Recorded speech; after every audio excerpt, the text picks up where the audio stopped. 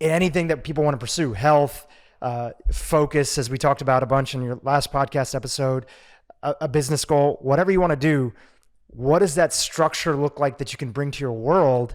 And not only to create results, but to open up freedom into not having to think about it in a way. Yeah. No, absolutely. And I've, to this day, I struggle with structure, especially as more, if people out there think that the moment you start achieving some success, that things are going to get easier, it gets worse.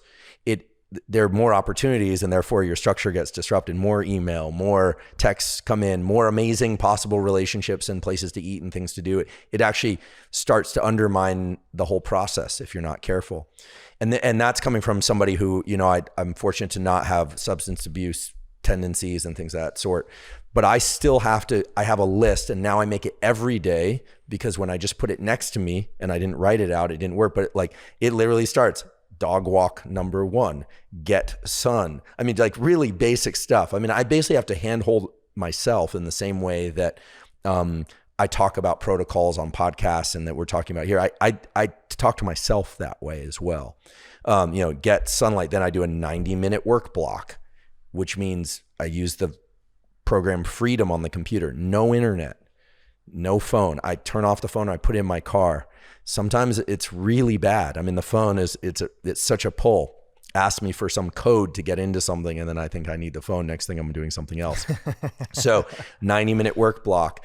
But what's beautiful is that the nervous system, and I don't know the underlying basis of this, but the nervous system has this feature to it where when we take the chaos of choice and we restrict ourselves to one of those choices, you get a neurochemical payoff. And it comes in the form of dopamine and acetylcholine. Acetylcholine is really about a spotlight of focus. And here I want, in fairness, I'm a big fan, and I've been reading a lot of Cal Newport's work, Deep Work, A World Without Email.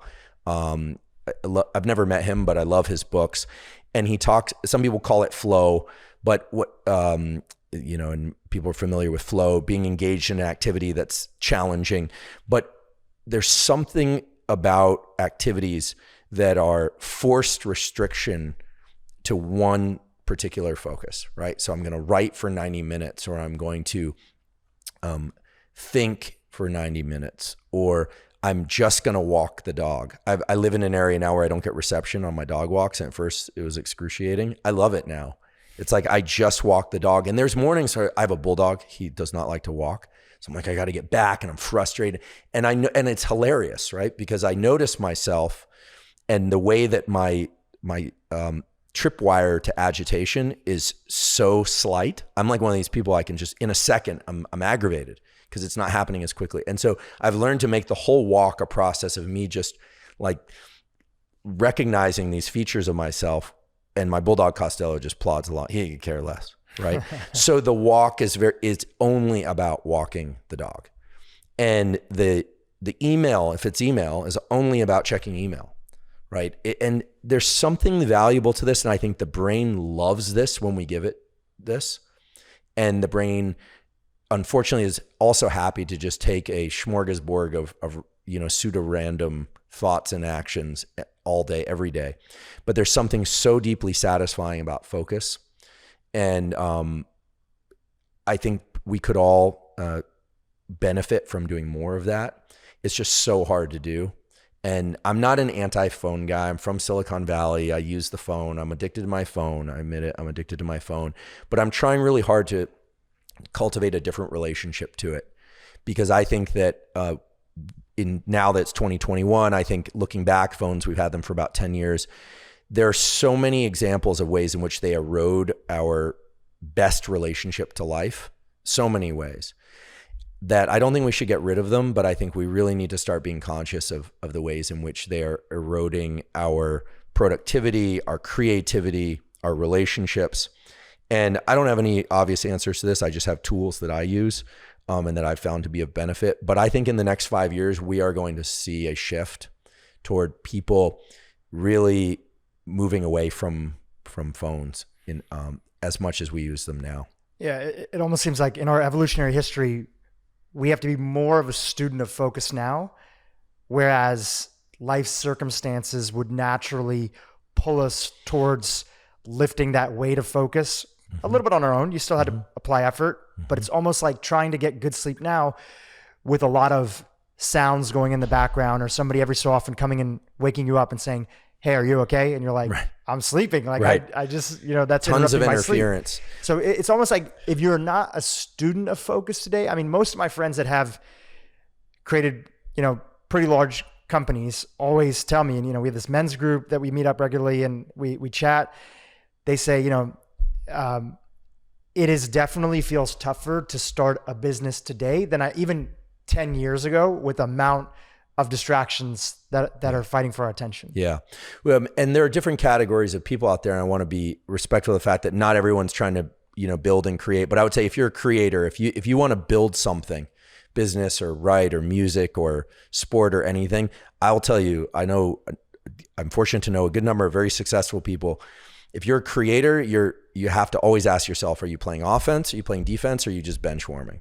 And most of the activities on the phone, not all of them, are in the defense or bench warming category. If you're a content creator, or you want to be a content creator, you absolutely have to take the effort to create space in order to produce content. And that's going to require agitation and loneliness and frustration for brief periods of time. I'm not talking about for years of your life. I mean, for 5-10 minutes while you're not tending to the voices and the things that need you. And yeah, they need you, and they will have anxiety, and you will have yours. But people, if you're going to produce content, you need that to create that space. The other thing is that the phone is wonderful, right? You can turn on a Reverie hypnosis script and, just because it's there and you can use it. So I want to acknowledge its utility. It's a wonderful tool. But the other thing is that young people have integrated the phone into their nervous system in their lives in ways that other people haven't. So I would say that for people that are listening to this now in 2021 and they are 20 years or younger, chances are the phone isn't going to feel as intrusive as it will for somebody who's older than that, just because of the way that when the nervous system wires up. Like I had a 14-year-old niece, and the phone is just wired into her relationships. So if you take away her phone, she suffers in a way that maybe doesn't justify taking away the phone. So this is going to be an interesting kind of generational conversation. But if you have a hard time not turning off your phone for an hour to do focused work or 90 minutes, if that's a real challenge, that's a great invitation to start working through some of the neural circuits for what we call no-go. So I do this now. I'm revealing all my little weird quirks, but they're grounded in neuroscience. So we have circuits that are called go circuits. These are, if you want to look them up, they're circuits of the basal ganglia. And they're involved in anytime we make a decision to make a behavior like reach out, I just picked up the bottle, put it down deliberately.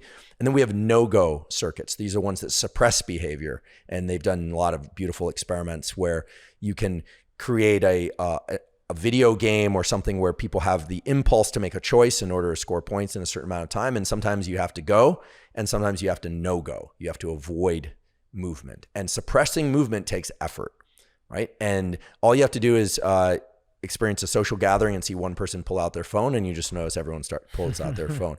That tells you it's been handed over to central pattern generators. I don't think it's conscious. I don't think people are like, oh, exciting, I'm going to look at my phone. It's literally just now it's socially cued. So it's sort of like someone wipes the side of their nose, like maybe they got something, and then people will just start doing this. This is like human behavior. We mimic each other subconsciously. So we do it with the phone. So I have this thing where I don't believe that we have as much attention deficit as people think. There's about 10% of the population that probably has legitimate attention deficit. It's getting worse, and the numbers are creeping towards 12%, 15, and 20 in adults as well because of the phone, just to be totally honest. So this morning I experienced this. I went for a run. I was listening to music, and I wanted to see if I had reception and check something on my phone. And so I have a rule. I do 25 times a day. This is just my sense of order. 25 times a day, I try and suppress a desire to take an action. And I'll tell you, it was excruciating. I wanted to do it so badly. I don't even know why. It's just, I'm trying to override some circuitry to just look when I have reception, to just look at my phone, see where text messages or whatever, direct messages. So I get to the car, and I was like, whoa, I made it. Do I look now? And I thought, don't do it. don't do it. And I'm thinking, I should do it. And I sit there for about a minute. And this is crazy. Right? I'm a grown man, 45 years old, right? I should drive home. But I didn't do it. And I was like, this feels really good. So what I'm trying to do now is train myself to not be reflexive about the phone. And I think that requires a conscious effort. Eventually it'll become more automatic in the same way that reaching for it became automatic. So these no-go circuits require a lot of energy, a lot of work, but we can train them up. And that's what's cool. And that's neuroplasticity, the brain's nervous system's ability to change in response to deliberate focus and experience. We're the only species, as far as we know, that can rewire our nervous system deliberately in this way. If other animals do it, like my dog Costello, if he tries to do this, he doesn't do it very well. But humans can do this. But the agitation of, the no-go effort is, I want to boldface and underline twice the word effort. It is supposed to feel challenging. So, I don't know that it's necessary. For some people might be very good at this. I think people who are older, 50, 60, they're probably better at this because their nervous system didn't incorporate the phone into their world quite as much. But, again, I don't want to demonize the phone, but I think learning to control one's behavior with the phone is going to be the distinction between those that are successful, I really believe this, and those that are not. And there will be a range there. It's not black and white, right? It's not a stark contrast. There'll be a number of shades of gray in between. But the better you are at controlling your relationship to distraction and to these impulses that draw you off track, the more you're going to be able to produce things. Also, the better you will be for relationships of all kinds. There are certain people that are more clued into this than others, but everybody appreciates like someone who's very present. I have a friend, it's funny, you introduce him to any of my girlfriends in the past, and they walk away. He's a really good friend, but I was always a little envious of him because they always go, he has the best presence. And you know what it is his phone never comes out of his pocket. And when you're with him, he's actually just talking to you. It's not that complicated. Or he's not even thinking about their phone. Some people don't have their phone out, but you can tell that they're kind of thinking or they're waiting for that next moment.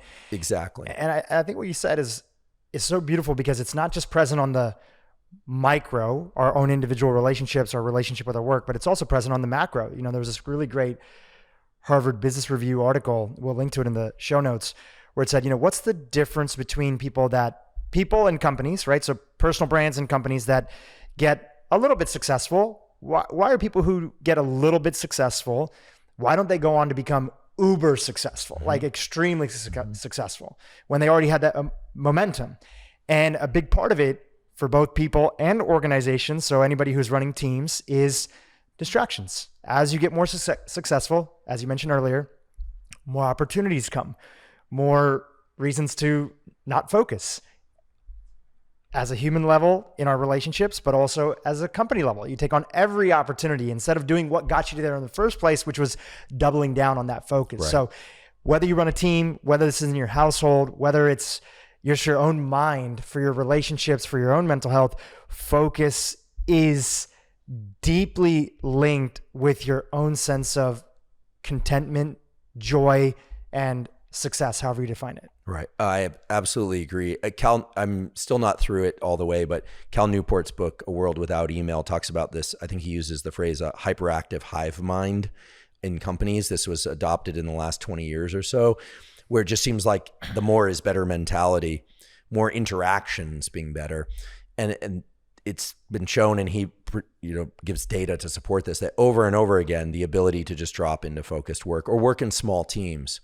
I'm very blessed now. My podcast team is a wonderful group of 4 people, more or less. Having a small team is really beneficial. If you look in military special operations, they're very aware of limiting team size in terms of, operators that work in groups of, 4 to 6 to 8.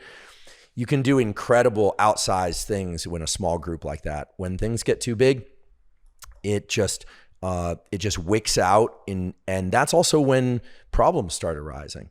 That's when people start making mistakes. Oversight is one source of that. Fatigue is another. And, I guess this is all to say that learning to cultivate a life of focus, and I should say it should be the way to support that is to have components of your day of wordlessness and defocus. I do want to emphasize that because it's not about waking up and from morning till night being ultra focused, right? I don't do the make my bed first thing. I admit it. I sometimes like it happens midday. Okay. All right. I wouldn't make it in the military, but we knew that already anyway. So it's about being in recognition of where you're at and focused and dropping in deeply for certain portions of the day. But I also have a deliberate decompress time of my day, right? I take 30 minutes a day and I either take a nap or I do a yoga nidra or I just let my mind go. But that does mean not mindless scrolling, although I do some mindless scrolling too. I allow myself that. But having periods of the day where you let the mind defocus and just kind of drift in the same way that your mind drifts a bit during sleep, that is what allows you to focus. So it very intensely afterward or on a consistent basis. So it's not about being a total animal from morning till night and then just expecting to switch off the thinking and go right to sleep. It's about, for me, there are really two 90-minute blocks, one early in the day and one later in the day where I commit to doing really focused work twice a day. And I have to fight tooth and nail to create the space for those and to make sure it happens. And I fail a lot, if something gets in the way and I don't do that, I just try and get back on track as quickly as possible. I don't bring my phone. I put my phone on airplane mode when I'm training and doing any kind of physical work now because it's just too distracting. I want to go back to something you shared earlier, which was this idea of a committee. You have these the people in your life, whether you know them and some people you don't know, that are kind of, Seth Godin sometimes says, like, you don't always need a mentor, but you can have heroes in your life, right? People that you look up to. Who would be some other people that are on that committee of yours? People that you kind of like look to, even if you don't know them personally, for guidance, inspiration, or a reminder of sort of that intrinsic quality inside of you that you see in them. Mm-hmm. Yeah. So the someone I keep in mind a lot is my graduate advisor, a woman by the name of Barbara Chapman. She's an excellent scientist. She passed away, unfortunately, too young, breast cancer, 50. But I think about Barbara a lot because her relationship to work was really special. She really understood what it was to be what we call a serious scientist. There's a phrase that scientists use, like, are they a serious scientist? Which is really about trying to seek truth. There's always an element of getting the paper published, getting the grant funded, packaging things in a way that's digestible. That's an important and vital part of the scientific process, of any process really. But she had this way in which she held the pursuit of facts, of truth, as holy above everything else. So I definitely keep Barbara in mind because there is a way in which we can start to delude ourselves into thinking, that our ideas are strong when, have we really thought through all the alternatives here? Have we really done that? But also just the purity of it, just in a life of inquiry or of any kind, just to really try and get close to why I started doing it. I started doing science because I was curious about how we work in the mind and body. It was just genuine curiosity. And so I keep her in mind a lot. I have a good friend, Pat Dossett, who was in the SEAL teams and then got out, and he and Blake Mykoski, who started Tom's Shoes, right, have this company Made For that I'm on the advisory for. And Pat, I think of a lot. I'm fortunate to have him as a close friend because the way he does the little things is really impressive. He's always 5 minutes early. Always 5 minutes early. I struggle with punctuality. He's always 5 minutes early. He also is very good about the presence thing, like about what he's doing. He's also very good. He's probably always 5 minutes early because he always leaves when he needs to leave. This is something I actually learned from him. When it's time to go, you just say, thanks, I'm out. None of the long trailing goodbyes. That's which is something I'm guilty of. But also I really appreciate his ethics, and he's somebody who thinks very deeply about why one started something and staying on that. So those two, and of course there are so many amazing examples out there of impressive people, but they're the ones I think about a lot lately in terms of really trying to stay close to the central chord of why why I'm here and what I'm trying to do, which is trying to discover and share knowledge in ways that are useful to people. And I'd be remiss. I'm sort of laughing in advance of this. I'm chuckling, but I think about my bulldog Costello way too much. I talk about him all the time now on my podcast and other podcasts, but I think about him a lot and the way he approaches life, because, dogs are incredible because you see tremendous variation in one species, dogs, of different temperaments and body sizes and behaviors. And his temperament is unique. It's stubborn and joyful and all, but like there's something about stubbornness. He's so stubborn, and it's teaching me actually to be more stubborn about, like, I know what I like and I know why I'm here and what I'm doing. It took me a long time to find that, but I'm starting to become more, I'm trying to internalize Costello more. So he definitely has a spot at the committee table. And bulldogs are hedonists too. He loves sleep. And the way he eats food it's insane. He can devour like a huge bowl of food. So so I'm actually trying to cultivate a little bit more of his like love for food and love for sleep, and like really enjoy what it is I'm doing. And I'm also starting to become more and more stubborn, but maybe that's just aging. There's a short little book by Eckhart Tolle, author of Power of Now and stuff. And it's called Guardians of Being. And it's basically about animals. Beautiful title. It's about animals, Oh pets. man, is it? I'm gonna get this book today. Dogs, Really? cats primarily, but it's basically wow. how, as human beings, we struggle so much with our mind pulling us in so many different directions. And for some people, it's a lifelong battle. They feel it really shouldn't be a battle, but it's a lifelong battle with their mind and not getting space and sort of awareness. And inside of there, it's like really talking about how pets can be one of the greatest reminders about presence in our lives and reflecting back upon us the things that we might need or benefit from. Oh my God. And I just thought of that when you brought it up. Thank you. I'm a huge, I'm obsessed with animals, and I've heard of Eckhart Tolle. I know a little bit of his stuff. My sister, who's a therapist, is obsessed with his work and really loves it. I'm definitely going to get this book and check it out, because I think animals have a lot to teach us about how we work, because their nervous systems, I've looked at a lot of them, admittedly, their nervous systems are simpler. And what you find in simpler nervous systems is that a couple core sets of operations are extremely well honed. So the bulldog is the bulldog because their brain is organized that way. A scent hound or a retriever behaves that way because of the way their nervous system is organized. And human beings are gifted with this potential to have so many different behaviors, or learn music or not, learn basketball or not. Other animals don't get that set of choices. And I think it leads to a confusion about who we are and what we're about. We are about variety and choice and optionality. And that's wonderful on the one hand, but I think if we want to understand what the extreme version of any kind of expression would be of stubbornness, of glee, of creativity, I think animals can reveal that to us, because they are the more focused, honed down example of the way a nervous system could be built.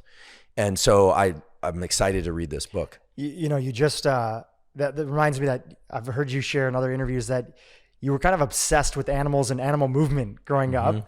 And also just recently you did a whole series on kind of movement, and in one of them, movement, muscle growth, giving a lot of different, tips. You talk about posture, right? What's important for people to understand when it comes to exactly this topic that we're chatting about, which is movement, function, the body controlling the brain. What's important for people to understand when it comes to this topic of posture? Yeah. And always when the word posture is spoken, then everyone starts noting their posture. I have a friend, Kelly Starrett, who does a lot of work in is a company called The Ready State. They've done a lot of work in like physical rehabilitation, sports performance, and this kind of thing. He's a tremendous athlete. He and his wife, Julia, are both really amazing athletes. And he always says they're big on the standing desk thing. They've got kids. They've been doing a bunch of work to get standing desks into schools. But he also makes this comment that, we weren't meant to sit all day, but we also weren't meant to stand all day. So, the idea is that we should be able to move in a lot of different dimensions and feel comfortable doing that. The movement is a huge discussion, but there are a couple things that relate to posture that are interesting. One thing that I've learned from Kelly, and that's certainly been true for me in terms of longevity in sport and just making me feel better all around, is that usually when we have pain someplace, that the solution lies in doing some work in strengthening the musculature above and below that pain. So we tend to focus like on the knee when it's really like, maybe you need to do a lot of like tibialis work or, hip work, because the knee injury is a reflection of the way that the body moves or fails to move on the whole. So one of the things that I've become conscious of is in looking at the literature is that, things that generate asymmetries create problems. They really do. And so trying to really cultivate symmetry in terms of a lot of unilateral movements for weight training, for instance. So like unilateral leg movements or unilateral arm movements, they bring about balance because we develop these asymmetries the same way we become right-handed and left-handed, where most of us aren't ambidextrous. The phone, again, is terrible. We're all starting to look like a folded over accordion or a semi-melted candle, right? Me included, if I'm not conscious of it. It is very clear, and the yogis will attest to this, but I don't do a lot of yoga, admittedly, that we are in internal rotation too much. So a simple test people can do is if they just relax and they point out their standing, relax, and they put out their thumbs. If your thumbs are pointed in, chances are your shoulder is internally rotated, right? And that some strengthening of the upper back muscles and rear neck muscles should be done so that we're not in external rotation like the Fonzie thing. Half of the people listening to this won't know who Fonzie is, but like the thumbs pointing out in both directions. But that doing movements of that sort can then allow us to be neutral, right? Shoulder neutral again. So, I've got a friend and he texts, if you're listening to this and not watching on video, he texts with his phone up near his face, even on the street, which is hilarious.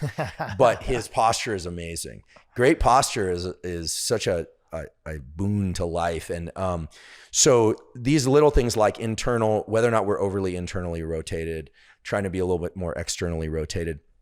The other thing is with respect to exercise that has been fun for me to learn about is, not everybody, including myself, has time or interest in doing a lot of different kinds of like animal movement. I mean, I'm a huge fan of mobility. I mean, that stuff is beautiful. Like the stuff like Ido Portal's movement culture stuff. If people haven't, everyone knows who he is presumably, but if you don't, check out his Instagram. He's just been doing this for so long, but just incredible suppleness of movement and balance and sure strength and all that, but huge range of movement. So-called movement culture is the phrase that he coined.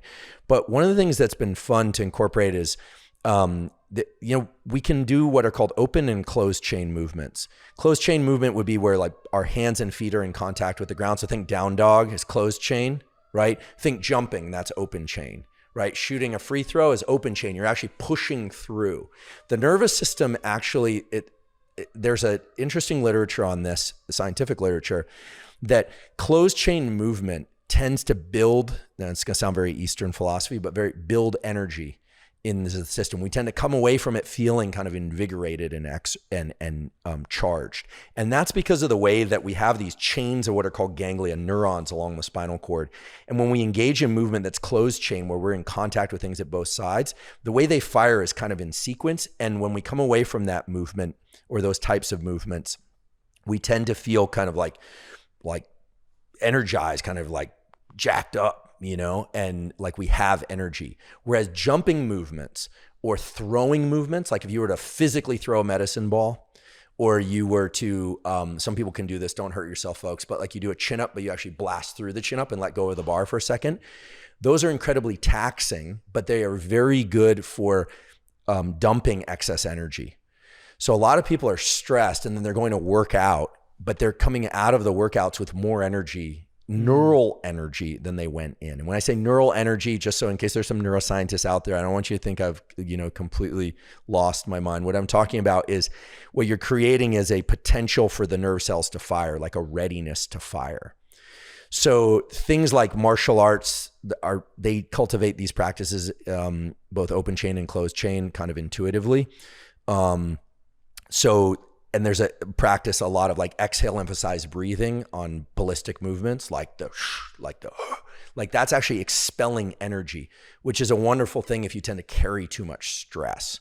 Whereas going and just lifting weights, closed chain movements, barbell curls, bench presses and things, you're actually creating more tension in the neural readiness in the system. Does that make sense? Absolutely makes so sense. This kind of I rather than get too scientific about this, it would take hours. What I think was kind of fun for people perhaps to explore is the extent to which different kinds of movements, like with continuous tension, will kind of create energy. So you can come out of those workouts feeling really focused and like energized.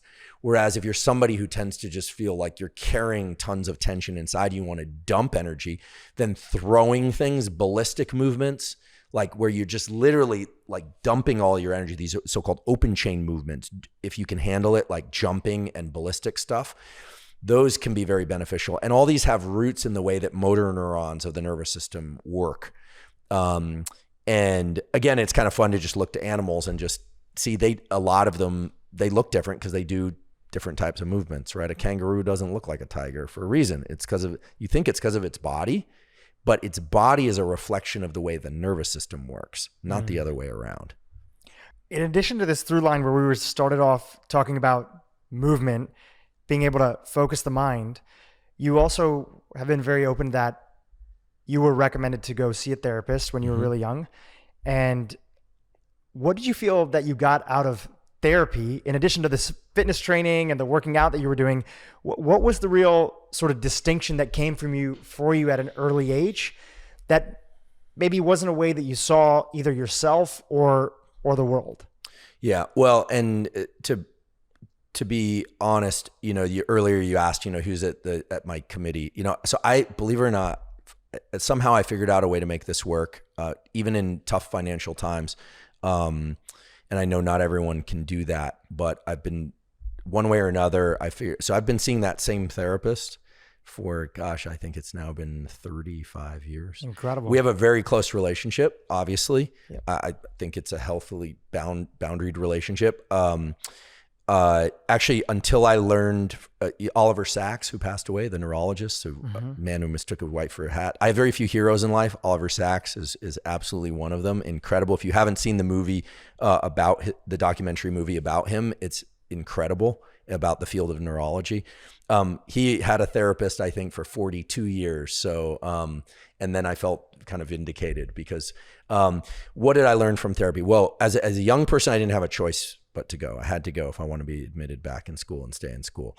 But what I learned pretty quickly was that therapy has multiple levels of support. One is somebody who's just going to hear you. A lot of people just don't have the opportunity to share what's going on with themselves. A lot of people, sometimes they may not even know what they think because they haven't said it out loud. Yeah, most of us barely can understand what we're thinking and feeling, much less what anyone else is feeling. So the next time you think that you understand what someone is thinking and feeling, remember, most of us don't even understand what we are thinking and feeling. But I got lucky. He's somebody who's extremely smart and encouraged me to take on physical practices and use those as a portal, not just, lie on the couch and talk about problems. In fact, these days, we don't even really talk about problems per se. The way therapy works, there are multiple aspects to this. But one is you're trying to create a place where you can explore your own mind. That's really what good therapy is about. It might start with a problem or a conflict, but it's really about being able to explore your own mind. And you're constantly asking the question, what's driving this behavior or this pattern of thought? Why am I anxious? And the immediate answer is never the answer. If you think, oh, I'm anxious because I've got too much work or I've got these things, sure, that's true. But what you're really starting to do is peel back the layers. And what you're trying to do is create, through the relationship with the therapist, you're trying to create a process, a reflective process. The goal of the therapist is to make themselves obsolete. That's very clear. I've asked this numerous times throughout the years, like, when are we done? And we're done when we know we're done, because I was told, because you internalize a reflective process, an ability to see a problem or see a circumstance and take a stance of, where am I in this situation? Where are they? And to start parsing out the pieces. And it sounds very abstract, and some people might just think, like, this is terrible. When I feel stressed, I go for a run. And I agree. I think an exploration of thinking of the mind is not for everybody. I do think that somatic therapies are now becoming more and more popular because many people just think like, why would I want to talk about a problem? It just makes the problem worse. It heightens my focus on the problem. I absolutely agree. I just personally have found great depth of experience in realizing how crazy my mind is and how it will come up with these theories about why I feel a certain way, and how through a reflective process I can now, certainly not in the past, but now I can sort of get distance from things very quickly. And I think that can only come about through really being able to sit with your thinking, sit with your feelings. And sure, over the years, there have been events in my life that have, where it was like crisis management for sure. It's like, how are we going to manage this personal crisis? But I think therapy is if the relationship is right, I think it can be a beautiful experience, and it can change the way that you view the mind. And for me, therapy nowadays is not so much about me getting anything out of it. It's just making sure that I can show up as well as I can to the other things and people in my life. But, and for people that can't, fortunately, therapy has become more accepted and more, hopefully more affordable. But for people that can't afford therapy, there is a version of this that's going to sound ridiculously simple, but being able to journal in full honesty with oneself is very powerful. Journaling is, I would say, and writing is the way that human beings have worked out a lot of their internal conflicts and discovered incredible depth of meaning and excitement and creativity over the, for centuries, thousands of years. So if people can't get access to a therapist, I would encourage them to journal with the full understanding that no one is going to read those journals. A lot of people start third personing. They start thinking they're writing their life book or their memoir. Really journaling in full honesty is powerful. Some people look at this as a data dump, like just a way to kind of get all the mess out early in the day. That's powerful. As is sitting down and deciding to write in full honesty about something that's extremely challenging, or that one is extremely ashamed of, or afraid that people will ever find out, or these kinds of things. Because there's something about the way, if the mind sees truth, like it sees its internal externalized, it immediately looks crazy. And in that recognition that so much of what goes on in our heads is crazy, there's this weird thing, I don't really understand it, where like other amazing things crop up as surprises. Let me give a different example. Nowadays, the words gaslighting comes up a lot. People are like, you're gaslighting. I'm very averse to people using clinical terms in the context of, online psychology. It just doesn't seem to, it doesn't work for me. But the reality is that most people, when they feel something they don't want to feel, they use what's called evacuative projection. They try and project it out. They try and evacuate the feeling. This is something that, so learning to just be able to sit with that, and journaling is one way to do that. It overcomes this need to evacuate anger, frustration, etc. So the mind's natural reflex is, when it doesn't feel something it likes, to look for something external to solve the problem or to evacuate the problem. Right, and you've talked about how that can create like even dopamine That's inside right. of the brain. Yeah, so frustration. some people are just projection addicted to projecting it out. Projection is a good one. And the simplest example of projection is physical aggression. I'm angry with you. I come over and hit you. I've evacuated the feeling, right? Right. And it's an example, unless it's in the context of like sanctioned martial arts where it's consensual or something like that. It is always an example of weakness. Always. Well, unless it's warfare or something like that, where there's a purpose, right? The military or whatever it is, but where there's a contract of people in battle. So we started off talking about sort of like the therapy model, but journaling and learning to deliberately evacuate thoughts and feelings onto paper. There's something about the way that the mind recognizes its own self, because you're basically taking your mind and you're putting it to paper. When you read and hear those words, when you see that happening, it has this amazing ability to untangle what seems like a mess. And so, I feel like it's important that people understand that there doesn't need to be another person there. Although if it's the right person, that can be a real accelerator to the whole process. Right. If you can afford it, amazing. And there's a lot of really great, more accessible options that are there. Most people don't realize that these two little pieces of brain that we call the eyes and retina that are outside our skull are controlling a tremendous number of aspects of our life. So optic flow is powerful. Getting into self-generated optic flow each day, walking or running or biking. Driving doesn't quite have the same effect, but it might, or motorcycle riding, probably dangerous for other reasons. Probably don't want to do that because we could have a discussion about spinal cord injury, but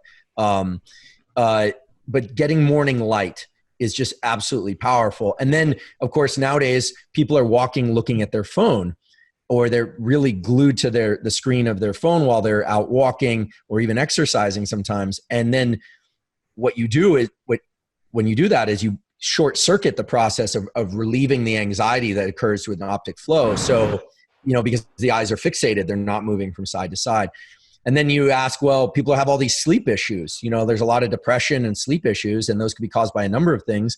But my friend Samar Hattar's lab at National Institutes of Health and also David Burson at Brown University have shown that the light that comes from the phone in the middle of the night from about 11 p.m. to 4 a.m. suppresses dopamine release through a pathway involving a brain structure called the habenula and can lead to memory defects. So now you start piecing together these things that we see in society, like, oh, when I take a run, I feel better. Or, I'm just exhausted and kind of stressed. And, I wake up in the middle of the night and look at my phone. You can start tacking the vision science to these things that we know are problematic. And what's so cool is that the solutions lie in establishing those connections. When you start realizing what's happening, you can relieve a lot of sleep issues. This is why Dan and I got into that conversation about what he might or might not be doing in terms of visual behavior, or people who are waking up in the middle of the night and they're trying to get back to sleep by looking at their phone. And even though it's got that nighttime setting, they're actively promoting a depressive state to kick in about a day later. And so, there's a lot of links that I think are starting to establish themselves because of, in part because of social media. There's this convergence of information on podcasts and social media, and science is, at least I'm trying to butt my head into that. And Sachin Panda has been contributing a lot, a former colleague of mine from the Salk Institute. Samar Hattar is now on social media. And so these neuroscientists are starting to raise their hands and say, hey, I think I might know what's going on here. And maybe there's something we could do right now in order to alleviate these issues. There's a few things to say on that side. Interestingly enough, we have Eric Weinmer coming on the podcast, who was the first blind person to climb Mount Everest. And he has an organization. I know he's talked a little bit about some of these stuff, but he doesn't have the neuroscience piece. It'd be great to get him involved in that conversation. But going back to it, it's, I often think about, one of my favorite spiritual thinkers, philosophers is Eckhart Tolle. And he talks about this idea that it's in the nature of humanity to have had something and we take it for granted. It's just built into our nature, right? We grow up on the plains, we're out in the jungle, we're out in the woods. We don't have to think about having better sleep. It's just sort of baked into our life that's there. But then we lose this thing. We lose it because of technology. We lose it because of advancements, which have brought a really beautiful things to our life. And then on the other end of it, after we've lost it, we have this yearning to figure out why has it been lost and what can we do to bring it back? We find it, but we find it at a deeper level. We find it at a deeper level that helps us understand that we don't have to take it for granted anymore. And I really think of your work through that lens. It's not, these are, somebody would listen to them and say, wow, that really makes sense. But it's a whole other aspect to connect the pieces of science together or to do the studies and really show people that this thing that seems very innocent, using your phone at night, can have all sorts of cascading implications the next day when it comes to your sleep. And by the way, you touched on it, but not directly. It's a lot deeper than just the blue light conversation. Right? Can you expand on that a little bit? A lot of people here have heard about blue light and the importance of minimizing blue light, but it's not just about blue light. Yeah.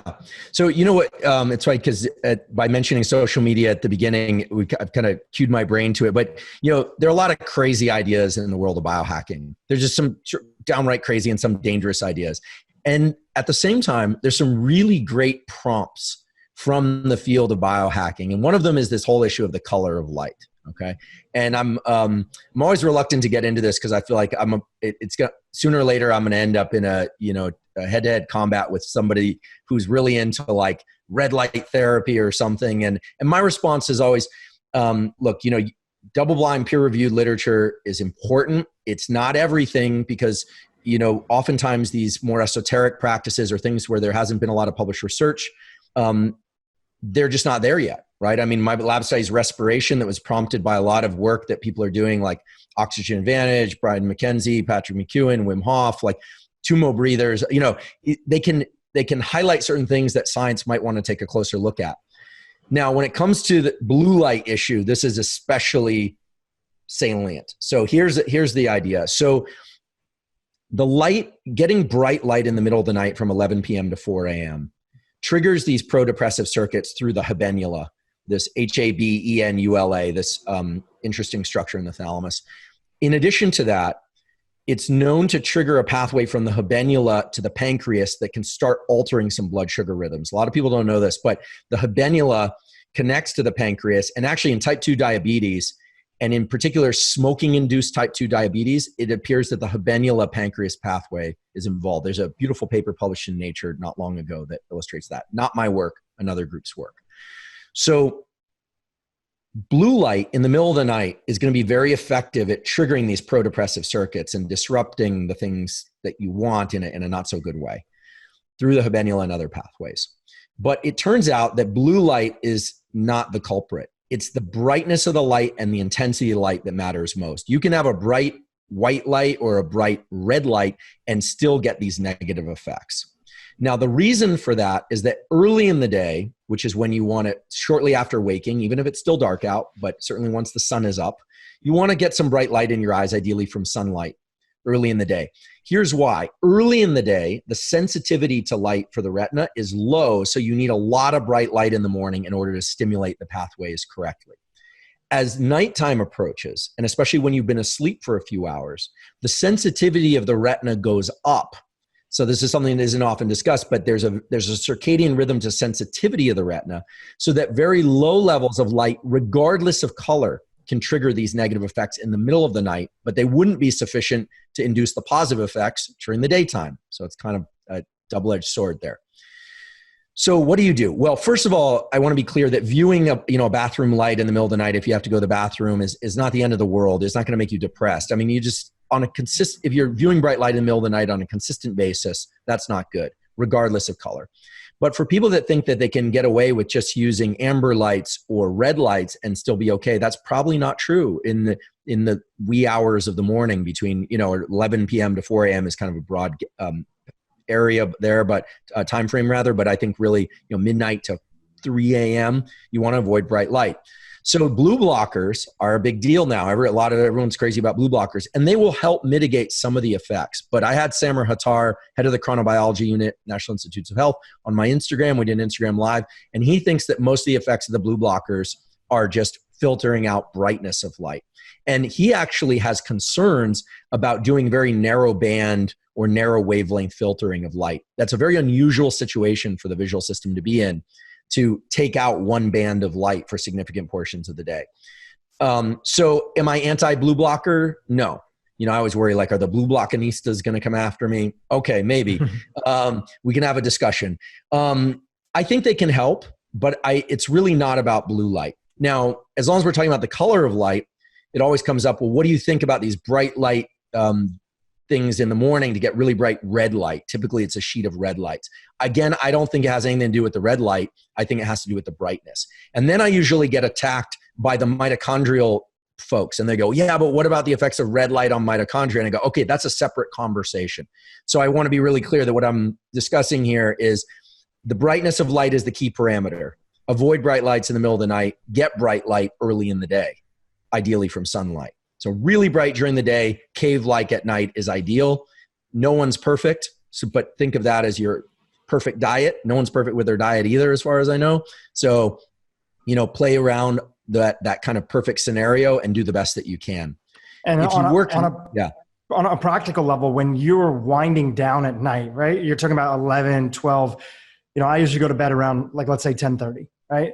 10:30, 11. So as I'm starting to wind down for bed and start to think around 9 o'clock, are there things that you do on a practical level in your own home that start to help that process? Definitely. So one of the things you can do is to make whatever lights you have in your environment low in the physical environment, meaning not overhead lights. The reason is that the retinal cells called melanopsin, or intrinsically photosensitive ganglion cells, that pay attention to the kinds of cues that reset your circadian rhythm and can alter your circadian rhythm, are in the lower half of your eye. And so they view the upper visual field. They were designed to look at the sky. So overhead lights are going to more strongly stimulate your circadian system and all these systems than lights that are set on tables or that are lamps that are about head height in the room. And it's not a subtle effect. It's actually quite a large effect. And actually you can use that to your advantage early in the day. Early in the day, let's say you wake up before the sunrise and you want to wake up, or you have seasonal depression and you want to get more light in order to feel happier in the winter months, especially if you live at, in Scandinavia or someplace very far north. You want to turn on a lot of overhead lights. And as nighttime approaches, you want to shut off overhead lights and use dimmer lights that are set lower in the room. They don't have to be floor lights. It doesn't have to be like airplane or movie theater style, although that would be cool if you could do that in your home. Maybe someone will do that. Maybe Ben Greenfield probably does that. He's like kind of taking it, biohacking to the extreme. And again, I tip my hat to him because it's kind of cool to see what people are willing to do and how far they're willing to push this stuff.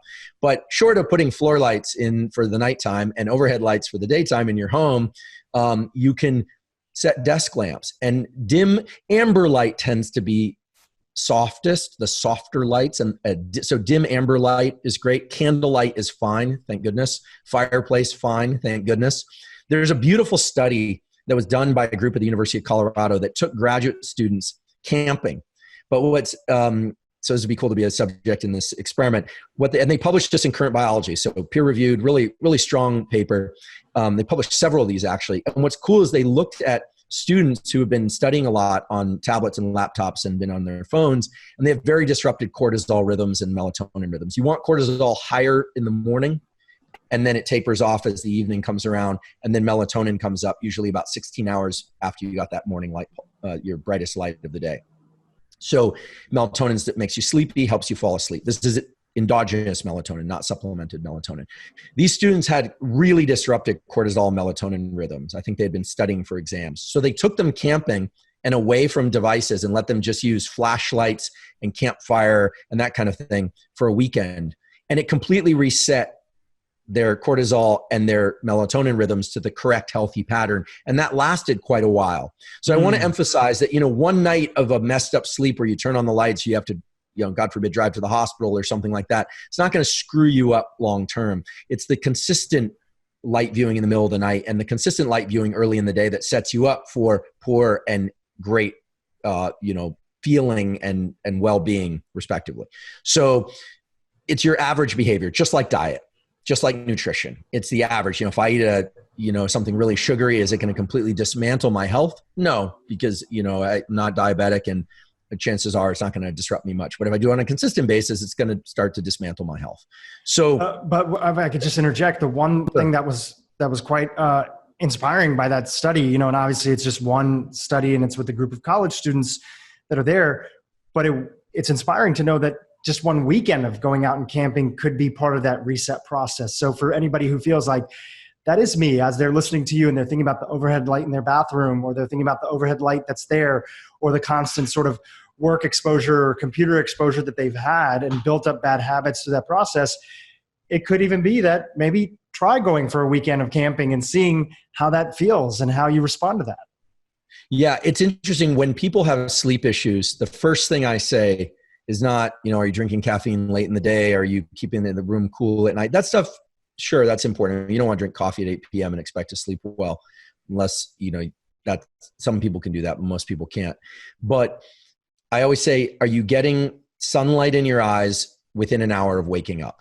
And people always think you have to watch the sun rise across the horizon. I don't do that, but it's low. So the cells in your eye that send all these good signals during the day are looking for what's called low solar angle. So they're looking for when the sun is low relative to the horizon, but it doesn't have to just be crossing the horizon.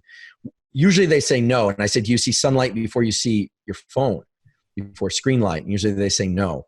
And so I said, well, just try and get 2 to 10 minutes of sunlight. And they say, well, it's cloudy where I live. I don't live in sunny California like you do. There are so many photons coming through cloud cover. It's amazing. Far more than are coming from one of these indoor lights. So then people say, wait, but you said indoor lights are bad for me, but they're not even bright enough to stimulate my clock. But remember, during the day, the sensitivity of your eye is low. You need a lot of bright light. And at night, the sensitivity of your eye is high, which means it doesn't take much bright light from an artificial source. So if you really want to get geeky about this for the biohacker types out there, there's a free app. I have no relationship to them, but never met them, don't know who they are. But it's called like the Lux app, and it's a Lux meter. And so LUX. And so you can go outside on a cloudy day and you can point it to the sky and it'll show you, even on a really overcast day, even in Seattle, unless you're in the depth of winter, there are more photons coming through than there would be for a really bright indoor light. And so in the morning, you might need some artificial sources to supplement that bright light, or the outdoor light rather, if you live in, Seattle in the depths of winter or Sweden in the depths of winter. But really what you need to do is get outside and get some natural light in your eyes within the first hour of waking. And that sets your sleep timer. And most people find that that one shift can really help. And then of course, stay off lights in the middle of the night. There's one other little tip that I think can be helpful. Nobody's perfect. And a lot of us, including me, wake up in the middle of the night, use the restroom, maybe peer at our phone. Samar Hattar, who is this guy I mentioned who runs the chronobiology unit, we've traveled a lot together because we're good friends and we've gone to conferences. And he's always looking at his phone in the middle of the night, like putting it away, like trying not to look at it. I'm like, Samar, it doesn't work that way. And he goes, oh, I know. And so, we know this stuff and we screw up too, right? It's like nobody's immune to that. But what you can do is if you can see a little bit of sunlight in the evening when low solar angle is happening because the sun is setting. Remember, you don't have to look directly at the sun. It doesn't have to beam you in the eyes, but getting outside and getting those photons reflecting off surfaces and maybe even some direct light if you're lucky, like a sunset, it offsets the negative effects of light in the middle of the night. And that effect is quite long. This is a beautiful paper that was published in Scientific Reports that shows that it protects you against some of the negative effects of artificial light in the middle of the night. Anyway, if you do 2 or 3 of those things on a regular basis, just like if you follow a relatively healthy diet, that means different things to different people. But since, everyone's got their concept of what that is, if you do most of the right things most of the time, you're going to do far better on sleep, wakefulness, mood, immune system, metabolism, blood sugar regulation, focus. I mean, it's a foundational layer of health. And I wish we heard more about it out there, but there's so much science to support it now. And it's very easy. And it's all cost free if you think about it. There's not a single item that you need. And that's the beauty of you coming on and talking about this. And I've heard you in other interviews talk about it to the extent that people have said, what's the one thing that you would do or recommend? And you've shared that getting light in the morning is the one thing that I'd recommend for people for their health, because often sometimes it's in the nature of sometimes very brilliant people that we've had on the podcast and functional medicine doctors who naturally know a lot and work with very complicated patients who have a lot going on. And it can feel like we have to do all these components. We have to make sure that caffeine doesn't happen at this time. We have to make sure that we don't eat late. We have to make sure this. And then for somebody who's just getting started out, they may feel, or sometimes people have done all those and feel like they can't maintain the habits of those successfully. I do think it's important to talk about prioritization and the prioritization of something that they could try that's available to them that has cascading effects throughout the day, so that we can get the biggest bang that's there. The goal is we study all this information for most of us here who didn't go to school for this, don't have a degree for this, which is me and most of my audience that's listening. We study it so that we don't have to think about it later on, so that we can have our health to give love and attention to all the things that we care about in life, which means volunteering for our local church or community or whatever it might be, or giving back or raising awareness about a subject that's there. So knowing where to put that priority and to try it to see if it can work for us, I do think is a great distinction. I appreciate you bringing that up. Sure. No, you're making an excellent point. Like, what are the few things that are really going to move the needle? And I think morning light is that thing when it comes to nervous system function and health overall. we've heard so many things about, people should be doing crossword puzzles and, things, and, keep their memory into old age. And these light behaviors are foundational. They set the stage for everything else. Really try hard to get that 2 to 10 minutes of light outside. Ideally do it walking, because that would be even better. You get a little bit of optic flow. People who work shift work and work nights. This is an interesting one. The 3 recommendations I can make really quickly, and then it's probably a whole other discussion on shift work, but try and stay on the same schedule for 2 weeks or more at a time. These systems get really disrupted when you're nocturnal, then you're diurnal, you're up in the day, you're working the day, then you're sleeping at night. If you're working the night shift, still try and see the sunrise or get some light in your eyes in the morning and in the evening. Because what you're trying to do is you're trying to give your biology, all these cells in your body, you're trying to anchor them to something consistent. And what's the most consistent thing in the universe, at least from the perspective of a human, is this 24-hour spin of the earth. Meal timing, some people find, you can anchor to meal timing, trying to keep meal timing consistent, but that gets hard, especially if you have kids, demanding schedule, whatever it is. Meal timing can get tricky. So light is the primary timekeeper for all the cells in your body. And when I say all the cells, I mean even the gene expression patterns are regulated by these circadian clock genes. And so see the morning light, see the evening light. If you have a weird, really wonky schedule, people always say, should I wake up just to see the sunrise or the sunlight? Probably. I mean, provided you can go back to sleep, you want to give your brain and your nervous system as many cues as they can. So it's sort of like, I don't personally do intermittent fasting, but I don't eat while I'm sleeping, and I don't eat early when I wake up because I'm just not hungry. It's sort of like in the world of nutrition, there's a lot of argument about what macronutrient ratios are ideal for, carnivore, vegan, balanced, whatever. There's a lot of discussion about this outside my wheelhouse. But what I think is interesting about the concept of circadian timed eating, or intermittent fasting, it's sometimes called, is that it sort of anchors things around a few core behaviors, and then a lot of other things stem from it. And I look at light viewing in the morning as equivalent to that. It sets the stage for a lot of other things to work correctly, and it cues your attention, but it doesn't overwhelm your attention. So like you said, you can focus on the other things you need to do. You're not biohacking all day long and all night, just trying to get everything right, because then you don't want a life where you're just trying to tune yourself all the time. You want to use this body and mind to go do something powerful in the world. If you're a professional biohacker and that's what you get paid for, you're the exception, not the rule. For the rest of us, we want to feel great, be healthy, and know we're doing the right things without having to invest a ton of time and money and energy into it. And light viewing is that thing. And I think it's powerful that when you can come and you can summarize the science that's there, then it starts to feel like, wow, this thing that's so basic, cost-free, that any of us have access to is so foundational. Let me not take it for granted just because it's not a 90-day program or requires a device or something else that's out there. And I think to get that, we need that explanation. We need that understanding. So thank you again for providing that. So much of what you've been talking about around vision and laying the foundation and understanding between vision and the brain is really about giving credit to the nervous system. And I've heard you in some of your videos and other podcasts you've done that we know a little bit about the nervous system, but at a time right now where everybody's talking about the immune system, we don't give the nervous system as much credit for the role that it plays in so many different functions inside of the body. So just like you did with vision, help us understand some of the foundational aspects that would take us deeper into this rabbit hole that we understand of the nervous system, and just how powerful it is with all aspects of our existence. Yeah. So the nervous system is the system in your body that organizes all the other organs. So there is no heartbeat without the nervous system. And believe it or not, there's no activation of your immune system without the nervous system. I'll just use that as an opportunity that maybe we can go into it in more depth in a couple minutes. But if you ever had the experience of being, very, very busy, working really hard, taking care of somebody else, or studying or working hard, and then you stop and you finally rest and then you get sick.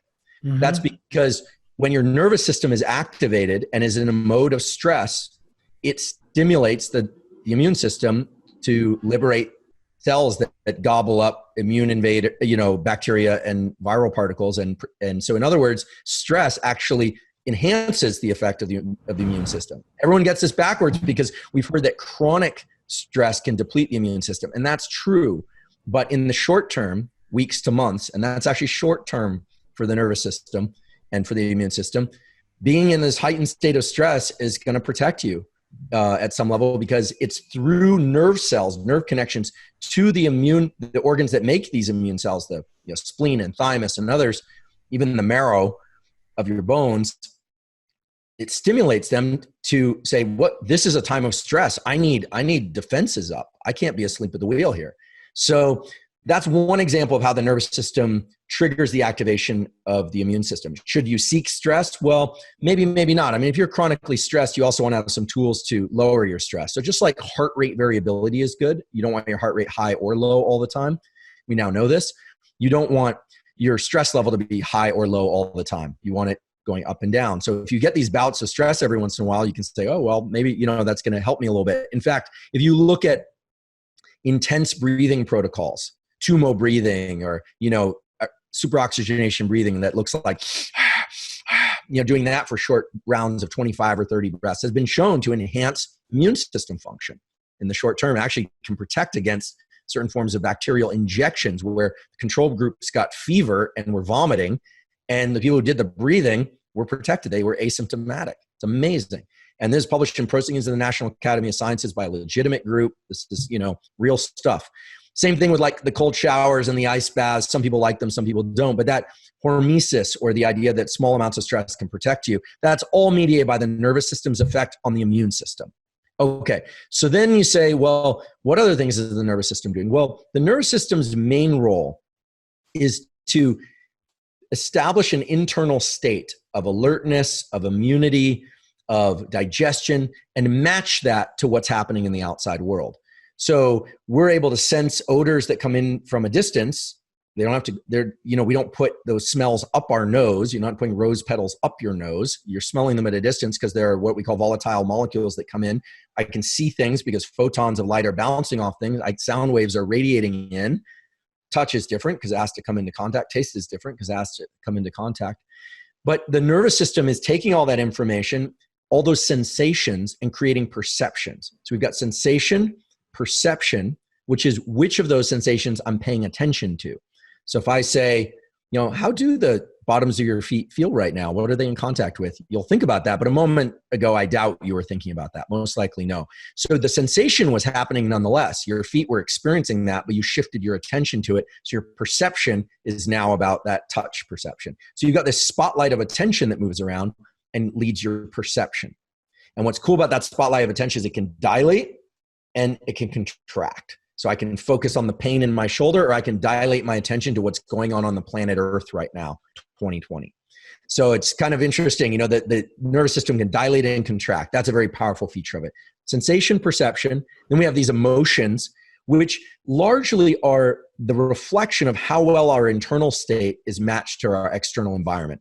So let's say you and I get off the subway in New York. We're going to go to a conference, and I'm exhausted because I flew in the all-nighter, and you got there a couple of days earlier, and you're like, oh, let's go. And I'm just dragging. I'm going to feel not well and kind of low because I'm not matched to my environment. If I was back in my hotel and I was just relaxing, I'd probably be pretty happy because I'm tired, but it's appropriate for my environment. So the nervous system and what we call moods and feelings are embedded in that context. So we got sensations, perceptions, feelings, and then we have thoughts. And thoughts are a little bit vague, but thoughts should probably be thought of, or we should conceptualize them rather more like actions. I can pick up a coffee mug and drink from it. A thought, they spontaneously happen all the time. I'm not really controlling them. But if I want to have a thought, for instance, I can say, I'm going to think about, that I don't know what the capital of Zimbabwe is. Like I don't. And so I can introduce a thought. So thoughts are happening all the time, but they can be deliberately introduced as well. And then we have actions. And the nervous system is designed to organize our behavior, which of course can be voluntary or involuntary. Most of the time it's involuntary. We're walking around. So to just sort of put two other points on this. So sensation, perception, feeling, thought, and action. The nervous system is controlling immunity. It's controlling the heartbeat. It's controlling the breathing. Some of that stuff is voluntary and some of it is not. So let's just think about which stuff is and which isn't. The brain is really good at learning stuff during childhood and then passing that stuff off to the circuits in the body and brain. What I mean by circuits are connections between nerve cells and organs to make it reflexive. So I get up and walk to the kitchen to get a glass of water. I don't have to think about it too much. The things that we don't know much about, I call duration, path, and outcome events. So the brain has to work very hard sometimes to figure out duration, path, and outcome of things that we don't understand.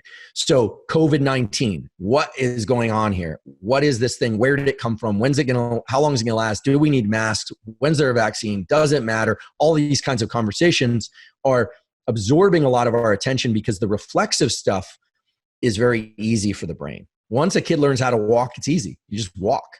Unless you suffer spinal cord injury, you just walk. Once you know how to eat, you just eat. But a baby learning how to eat spaghetti is a hilarious thing, like stuff all over their face.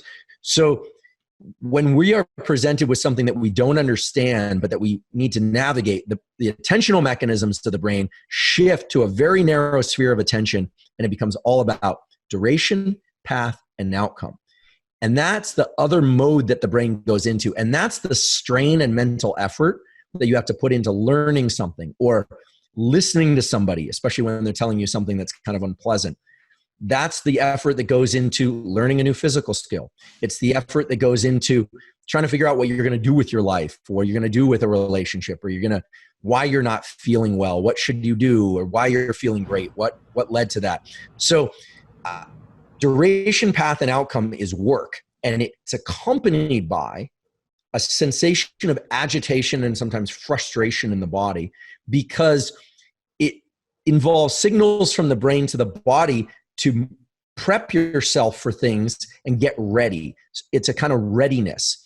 And so the reason I mention this in response to your question, what does the nervous system do, is when we are not certain of duration, path, and outcome of an event, either in our immediate environment or the long scale environment, like how's 2020 going to end? Who's going to win the election? I don't know. You don't know. But we can start to analyze the various components. When we do that, it creates a sense in our body that something's different, something's changed. And a lot of people confuse that for stress, agitation, and pain, when actually it's just your brain trying to learn. The learning process involves an uptick in molecules like norepinephrine, which is also equivalent to, it is adrenaline, which makes you feel kind of agitated and like something's going to happen. And that's why it's hard to sometimes focus. So I mention this because I think that our brain is really good at being reflexive, at least once we've learned things. And when it's in non-reflexive mode, it's supposed to be hard to focus. It's supposed to be hard to maintain active energy toward a process. People, I think that I hear this all the time. I've got ADD, I've got ADHD. People say this about themselves, and they may have clinically diagnosed ADD, ADHD. But a lot of people don't understand that the learning process itself is supposed to feel a little not good until you actually get it, because that's the way that your system is signaling that something is different and that your brain needs to work differently. And so I offer that to people because I think a lot of people are like, my memory's not very good, or I think I'm forgetting things. Do I have dementia? Maybe. But more than likely, in most cases, people are just not informed, because no one's told them, that their brain and their nervous system is trying to get them into action to go figure things out. And they're wondering why it feels so terrible. But confusion, agitation, stress, frustration, those are the beautiful mechanisms in the brain that prompt you to learn. Dopamine is about craving, motivation, and pursuit. Epinephrine is really about agitation and endurance to get you to persist. Serotonin is really about feeling good about what you have. We hear so much about oxytocin and but oxytocin and serotonin they work together. They collaborate to make you feel good when you hold your child, or when you feel like, maybe if you've ever had this experience of being at with a group of friends or a party, and you look around and you're like, I'm so blessed, I'm so lucky to have these people, right? Or to have this roof over my head. Those are molecular events. And then there's a fourth neuromodulator, which is acetylcholine, which is really about focus. But I would say all of these molecules are applicable. They can be plugged into a visualization practice. This is something that could be done for, 5 minutes a day of just turning off or flipping over the phone, and thinking about something in a very directed way, and just watching how that makes you feel. If it makes you feel agitated, if it makes you feel good, if it makes you feel a sense of desire, those actually would be powerful practices, because it would give you a window into what's happening neurochemically. And most people get this backwards. They sit around and they go, I don't have enough dopamine. Like, what do I need to increase my dopamine? I get this all the time. What should I take to increase my dopamine? And there are things you can take, supplements you can take to increase dopamine. And if you do that, you will feel a lift. This is true, right? There are antidepressants and other molecules you can take to increase your serotonin. Some people just take serotonin. You can now go, at least in the United States, it's legal to go buy the precursor to serotonin. You can do that. And you will feel better about what you have temporarily. But I'm always a fan, unless there's a real clinical need, of looking at behavioral and mental tools first, then looking at the power of supplementation and nutrition, which are real and can be leveraged. And then if there's a clinical need, towards prescription drugs, for which certain people, they can be of real benefit. But I love the idea of a fear meditation. Yeah. Well, it's pretty common in the Buddhist tradition. They'll have meditate on your death, or in the Stoic tradition, they'll have imagine the worst case scenario and really I didn't know visualize it through. I guess I've only heard the California version. Yeah, you've only heard the California version. Which is go to Esalen and just and really enjoy the bliss of life, which is a great practice. But I like actually, I think it's important. I think what you're saying is important for people to understand that there's a lot of, it sounds like there's a lot of dimensionality to meditation. It's not just about being relaxed and calm and in gratitude. It's about confronting your inner real estate. And that's really cool. And that could even be, what am I missing out on in life? Or how am I not going to be able to serve people if I don't rise to the occasion? There's so many aspects where you see this online sometimes. There's the feeling of, I'm only living my quote unquote authentic self if it feels good. And, in our first, I'm only going to work on stuff that feels good.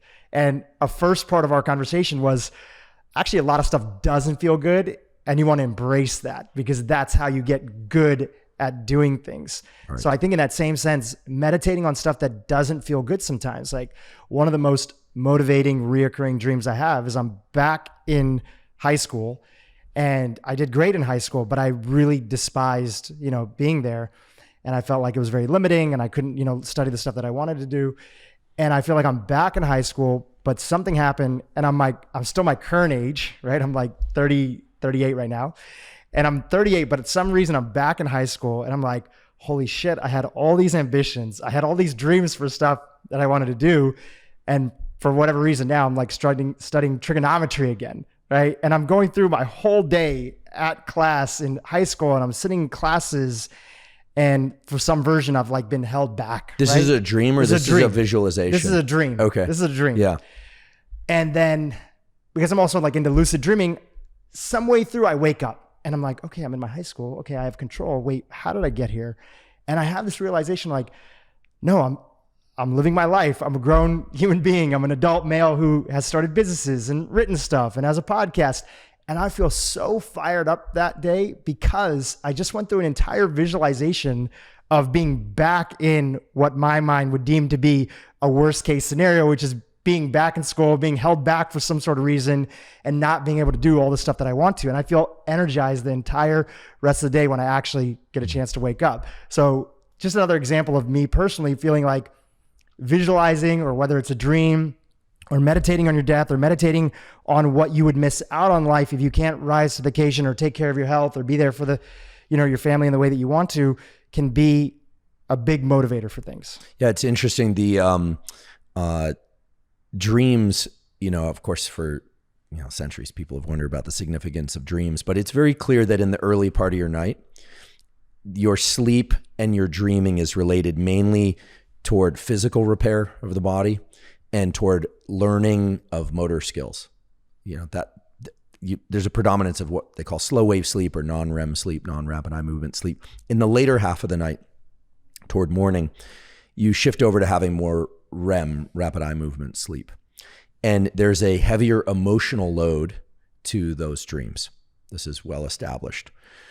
What's interesting is that something is written into our biology, into the genome of everybody, where these emotionally laden dreams in the second half of the night, they're happening, but the body is incapable of releasing adrenaline.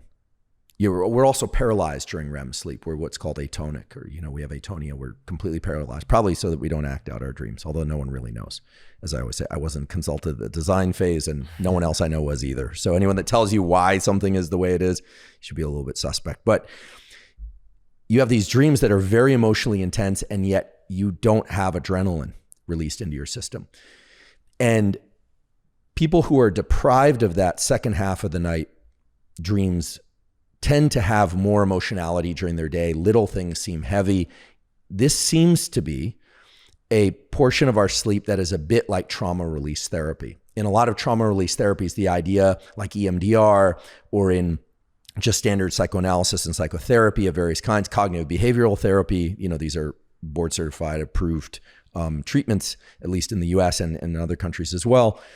It's all about recounting the event, but trying to uncouple the event from the negative emotion and the feeling of agitation. It's about really being able to get close, right up, in front of you, your face with the experience, and experiencing that, but being comfortable feeling it all without doing anything about it. And so in sleep, we experience this emotional fear.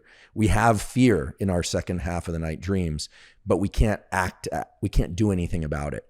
So talk about, exposure therapy. We get that every night. Now, some people will wake up from those dreams and immediately the adrenaline system will kick on, and it'll be, and you're just like, oh my goodness, that was so scary. That actually shows you have a healthy adrenaline system, that when you wake up, it's really immediately available. And a lot of people think, oh my God, that was such a dreadful dream or troubling dream. That was your brain trying to uncouple the emotionality of previous days' events and old events.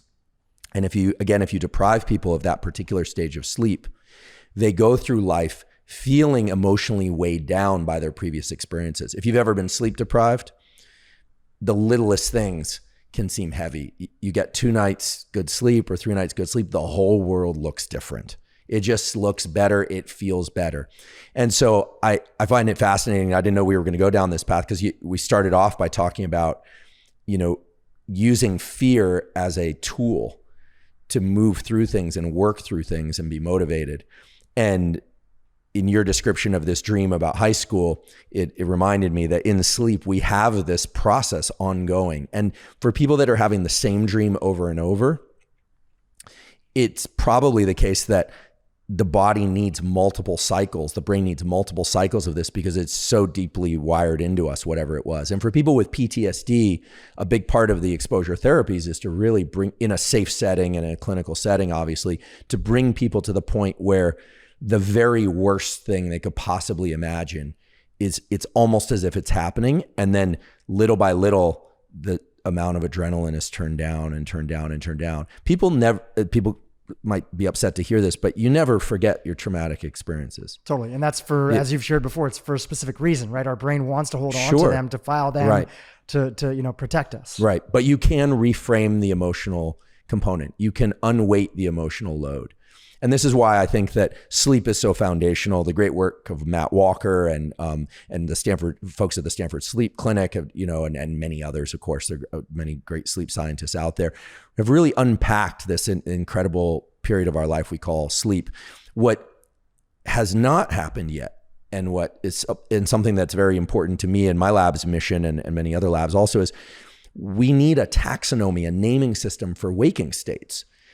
For sleep, we have REM and slow wave sleep. We know what the early night is for. We know what the second half of the night is for. We go through our waking life talking about things like happiness, sadness, depression, stress, anxiety, and fear. But it's all pretty vague. And I think one of the exciting things that's going to happen in the next 10 years or so, hopefully sooner, is that we're really going to start to understand what is creative work, what is focus, what is conversation, what is bonding, and really understand those things at a biological and psychological level, to the point where we can also, I don't really like the word hack, but that we will be able to pull pull apart the different components and really understand, maybe we should, I'm making this up, so please don't take this as a recommendation, but maybe we should all be focused on activities that increase our, acetylcholine early in the day, and then we should gradually be turning that off. We all hear don't drink caffeine past 4 p.m., and messes with your sleep. Well, maybe there are things that we should be doing, for our waking states. And so one of the things that excites me now is that because of the unfortunate events of 2020, most people now are tuned into the fact that they have a brain and a body. They're very much connected, that we're all subject to stress, that we're all grappling with things and challenged. And I feel like the universality, is that a word? Yeah, I think so. Maybe I didn't get it.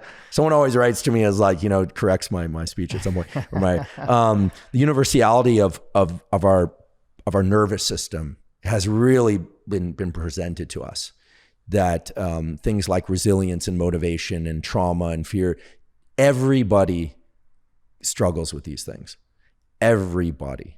And anyone who seems like they don't, or anyone that pretends like they don't, has got a different neurologic issue that we can talk about in a different episode.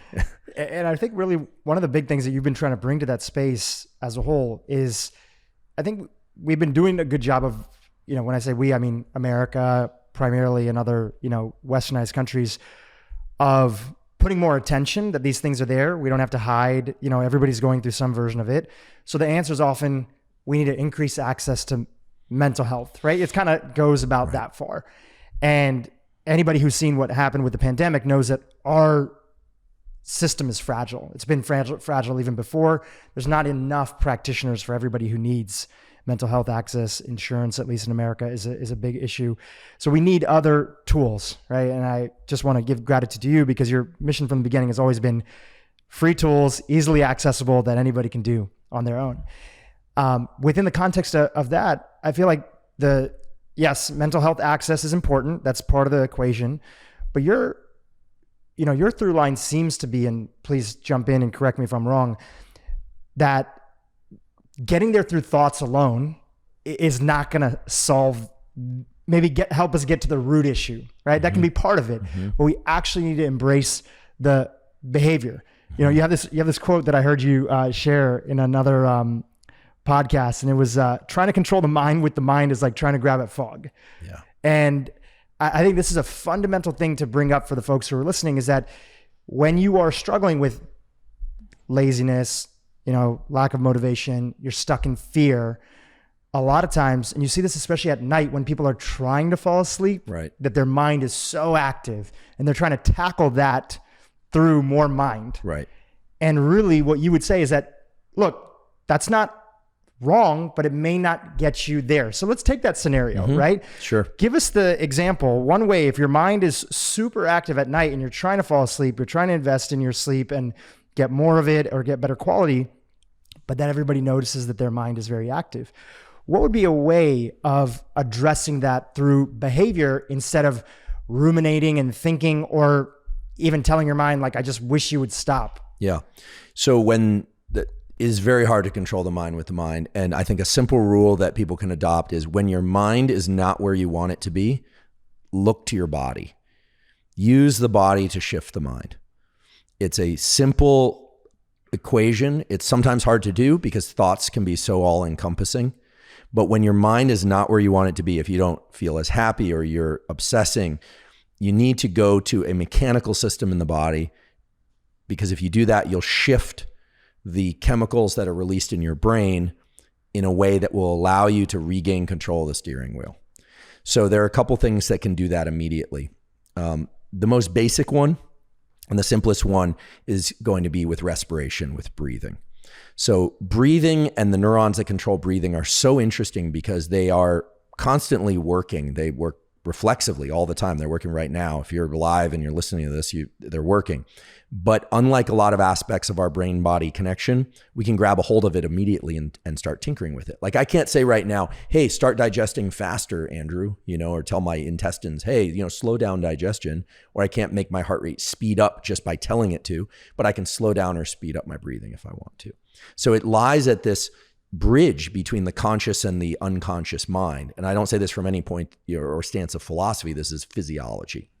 So if your mind is not where you want it to be, whether or not you're trying to sleep or work or focus or anything, I'm a big fan of this physiological sigh, which was discovered by physiologists in the 1930s. It's a double inhale through the nose and a long exhale that follows.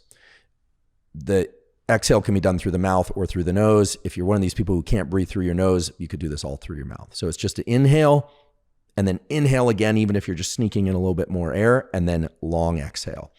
The physiological sigh is known to physiologists and neuroscientists as a way to offload a lot of what's called carbon dioxide, and it immediately produces a heightened sense of calm or a reduced sense of stress and alertness. It's not going to put you to sleep right away, but I'll just do it just by way of example so people can see, since it always looks funny to breathe and, by example for some reason. And no, you don't have to close your eyes in order to breathe. You can breathe with your eyes open. So it's just...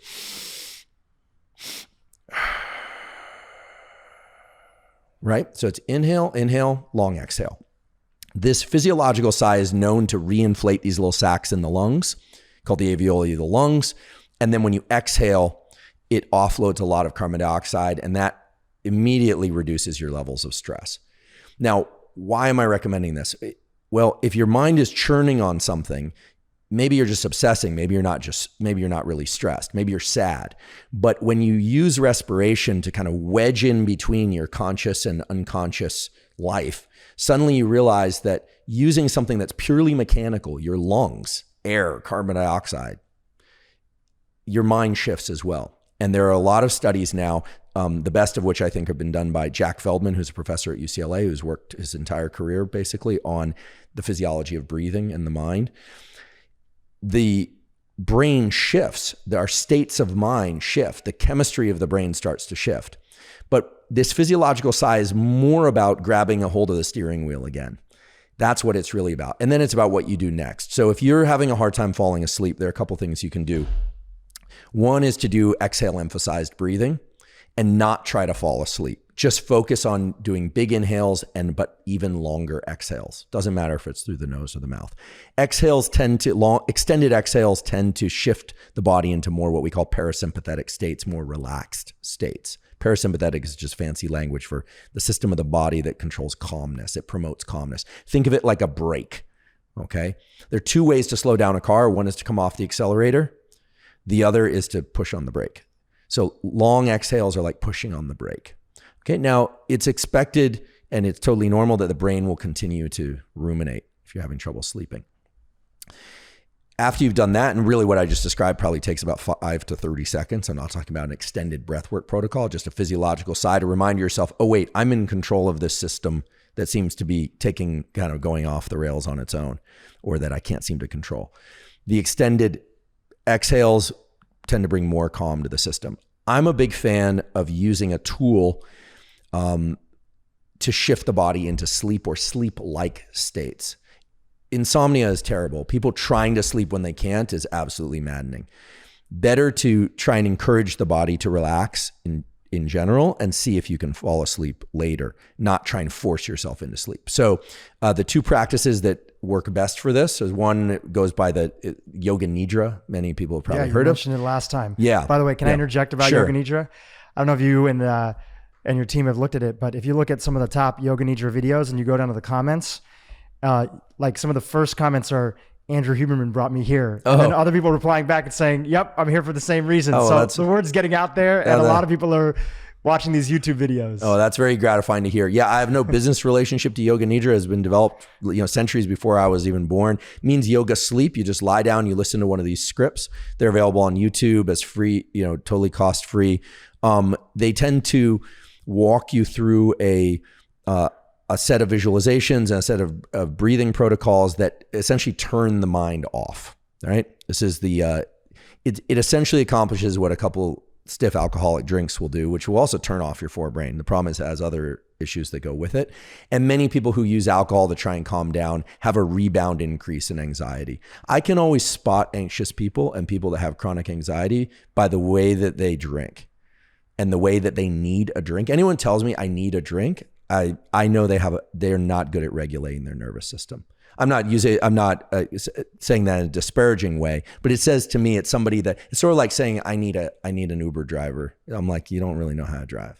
you know, or like it's you know, if you need one, right? If you need a chauffeur, right? It's nice to have one sometimes, right? But if you need one, there's a problem, right? So Yoga Nidra is a wonderful practice. The other thing that's wonderful and that now there's a lot of good data on is hypnosis. So one of the things I've become increasingly interested in is hypnosis because I have a collaborator by the name of David Spiegel. He's an MD, PhD. He's our associate chair of psychiatry at Stanford. And he's used hypnosis to great effect for smoking cessation, pain management. Breast cancer outcomes are greatly improved by the sorts of hypnosis he's done with his patients, and for sleep and other things. And there's a wonderful resource that I'm happy to point people to. It's a free resource, which is an app for Android and Apple called Reveri, Reveri. You can go to Reveri.com, download that. It's a hypnosis app where you can hear David's voice. He has a very hypnotic voice. And he walks you through, you can pick a hypnosis for sleep or for pain management. They've even got some now to improve focus for work.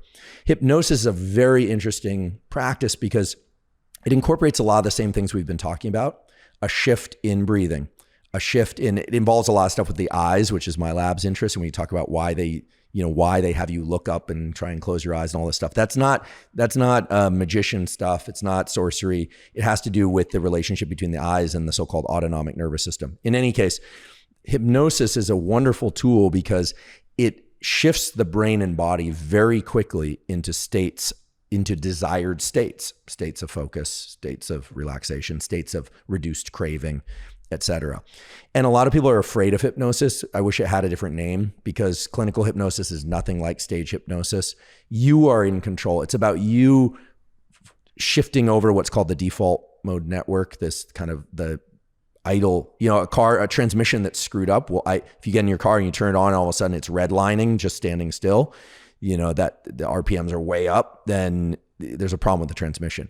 The hypnosis is really about adjusting that idle level, bringing about a sense of focus and a sense of control over your nervous system. So I would say Yoga Nidra, first physiological side, that should be people's anchor point. Just pull back into the control over your nervous system and your mind. Once you've done that, you can tell yourself, because you have, that you've intervened with what felt like something that was out of your control, your thoughts. At that point, some long exhales, breathing for maybe 20 seconds or so, no big deal.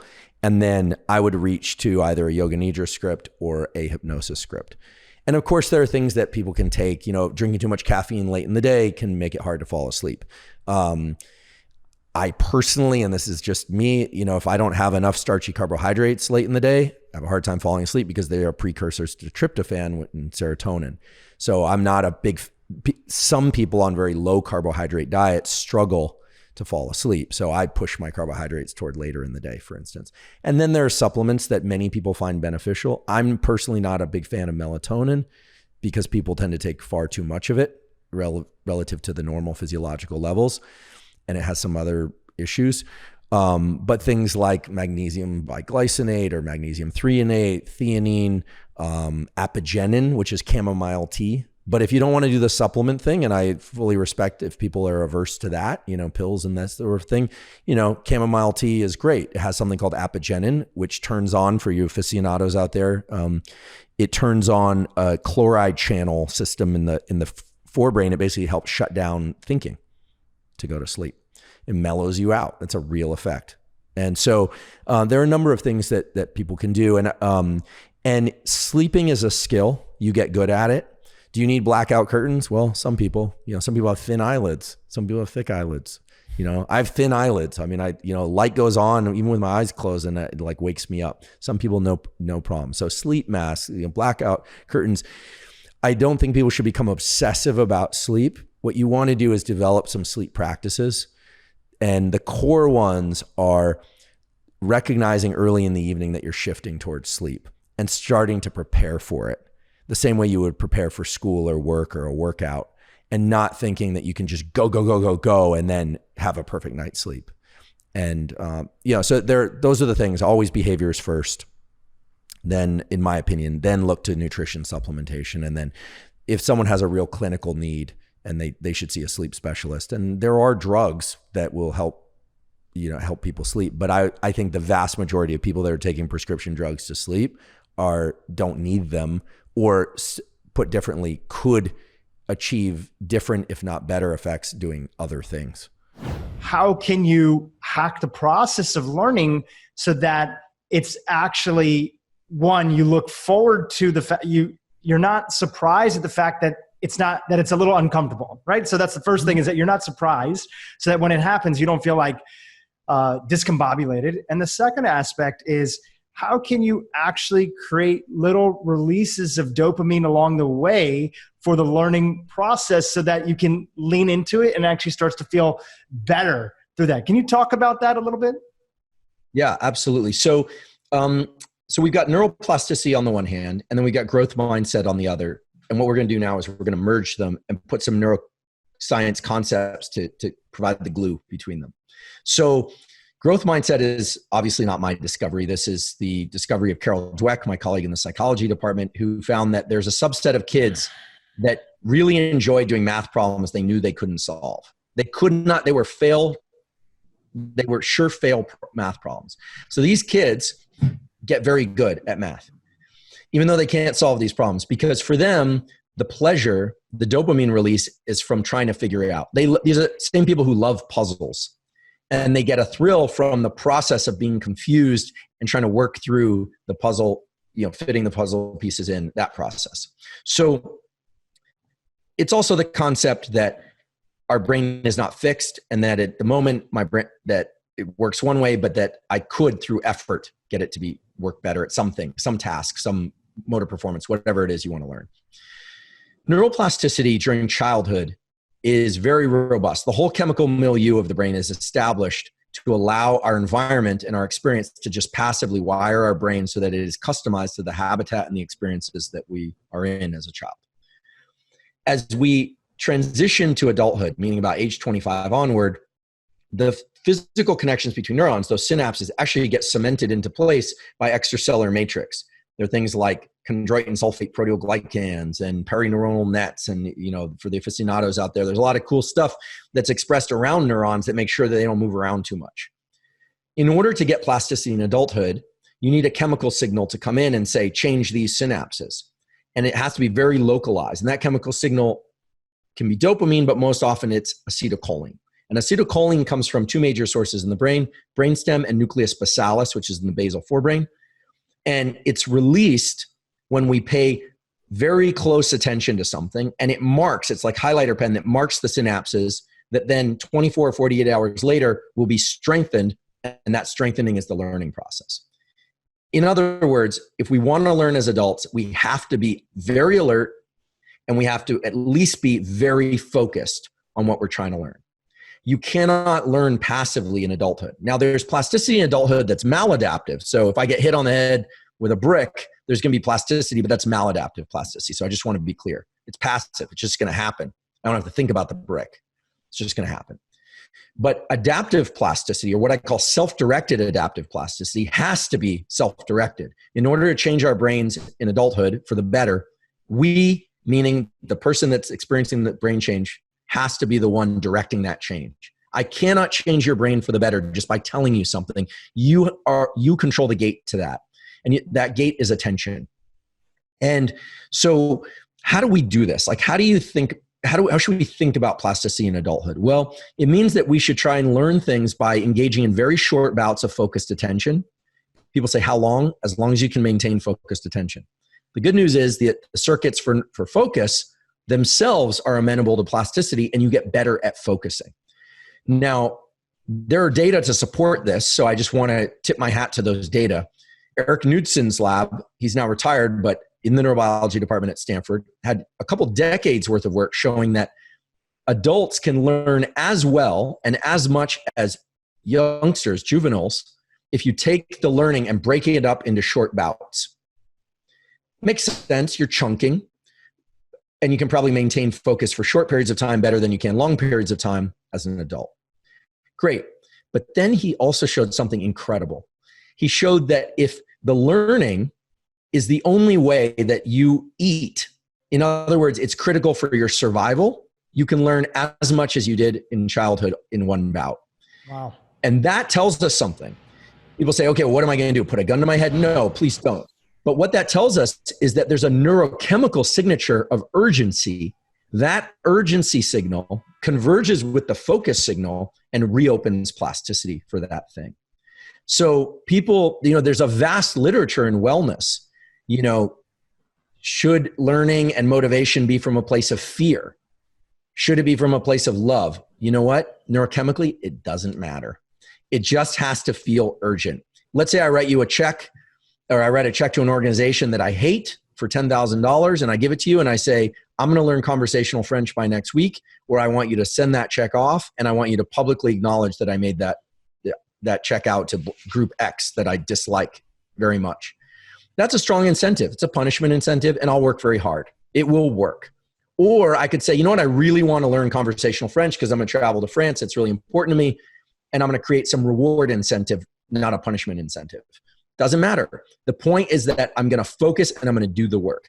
And people, it's interesting. I offer this information on Instagram, and people always say, well, what can I take? Like, how do I get more focus? Well, acetylcholine is the source of focus. You could take things that are going to promote acetylcholine release, eat a few more nuts because they have choline, maybe take L-carnitine, subtle effects, very subtle, and general because it's across the board. Nothing's going to work like focus. And that's the kind of stinger in this. And people say, well, I have a hard time focusing. Well, but that's where people get confused, because the agitation and the fact that your mind is drifting from time to time, everybody experiences that. I'm good friends with Stephen Kotler, and I really appreciate all his work on flow. I think the work from Csikszentmihalyi on flow is really great. But these, what I call highly desirable states like flow, they've captured our excitement to the point where we think that learning is supposed to be flowy. No, learning is effort and strain and grinding through and refocusing and refocusing and refocusing. And it's not a linear process. And so you're going to get little glimpses of focus in a focus session, and that's going to trigger plasticity. Now, there's something important, which is the growth mindset. The growth mindset is really about... If I could clarify one thing that you were saying, it's also that more of it strengthens that muscle. So we have to think of focus like a muscle, right? So it's the practicing of it. And I've heard you say, well, focus for as long as you can, and then you take it a little bit further, right? That's the powerful aspect of a deadline. Having an interview each week that I have to get prepared for, you have to learn things that you typically wouldn't learn because you have an interview, it's pending, you better ask good questions, because if you don't understand some of the material, you're going to look like you don't know what's going on. So this is the power of self-inflicted deadlines or urgencies that we create in our life, or accountability that help us learn things that we typically, if we had all the time in the world and we didn't have to learn it, then we may not learn it in that way that we needed to. Absolutely. And you can get better at these things. And I'll talk about some of the tools. I'm going to do an Instagram series on this, but I'll talk about it here for the first time about what I'll talk about some of the things that I do and that are supported by research. In terms of to enhance focus. I want to just, because you mentioned dopamine, there is a second portal through this process. And that's when so the focus and effort regime, effort is mainly norepinephrine and adrenaline in the body, alertness and effort. Acetylcholine is that spotlight of attention. This is why taking things to enhance focus generally increases norepinephrine, and caffeine will increase norepinephrine, make you more alert. But, if you're too alert, it's hard to focus. So there's that, think of it like a mountain that's got like a shallow climb, and then there's a top and then a steep drop off. If you're too agitated, and your deadline is too close, it's actually going to be harder to work. So sometimes it sharpens you, sometimes it distracts you. So it's a sweet spot. We'll talk about how to kind of get into that and move through into those sweet spots more regularly. Growth mindset is really about attaching the sense of reward to the effort process, to learning how to have that low level or maybe even high level of agitation in your body and realizing this is me getting better, or I am primed to get better. My nervous system is now ready to engage in neuroplasticity.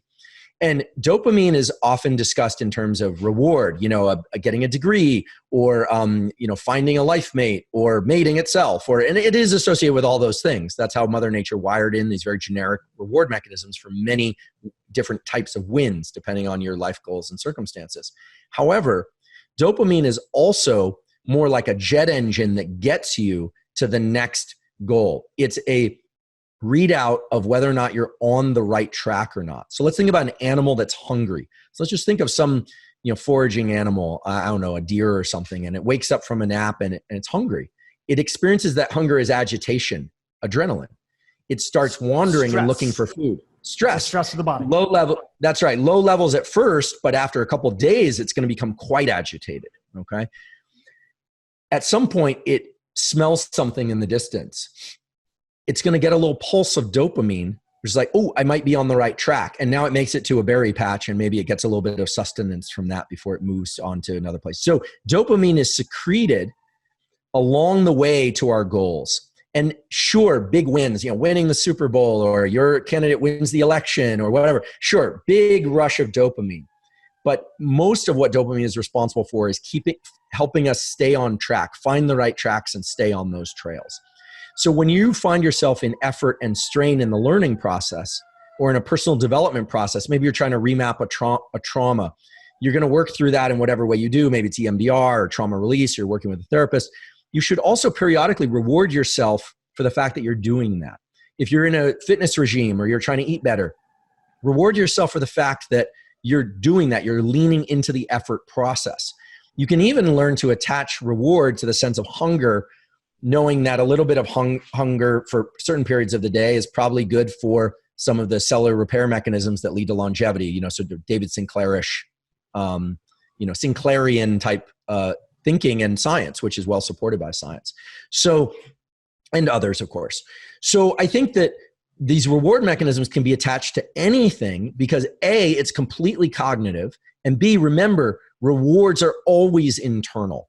You don't actually take money and stuff it in your brain and that triggers the release of dopamine. It's your association to it. So people always challenge this and they say, well, that's just positive self-talk. But this, what I'm talking about is the opposite of positive self-talk. I'm not talking about saying, you know what, I can barely perform the task that I'm trying to do. And that's great. That's terrific. It is not about attaching the sense of reward to the ultimate goal.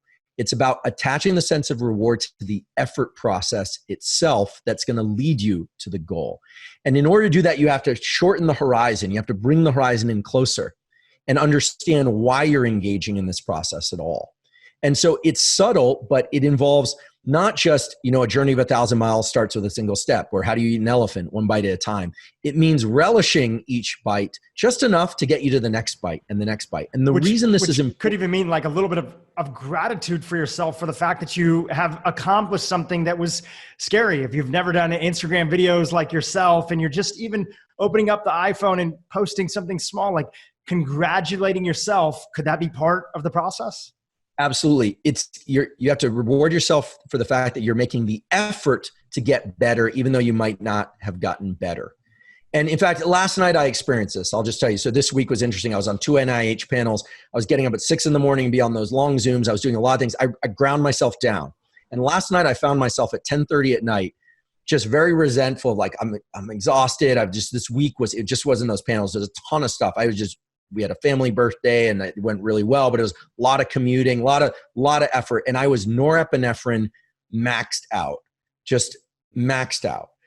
And I started laughing to myself because I thought, this is exactly the opportunity. Like, I'm doing all the things that I love. I love reviewing grants, frankly. I love writing them. I love reviewing them. I don't know. I'm sicko, but that's what I enjoy doing. A family event, a 75th birthday in our family.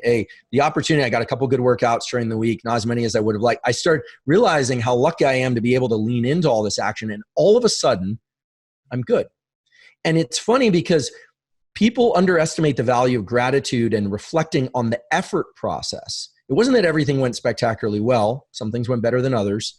It's that when you reward the effort process, it resets you. Humor resets you because gratitude resets you because it's neurochemical. It's not, when people say it's just it's psychological. No, it's actually the release of dopamine, which we know suppresses the noradrenaline circuits and gives you more room to lean back into effort.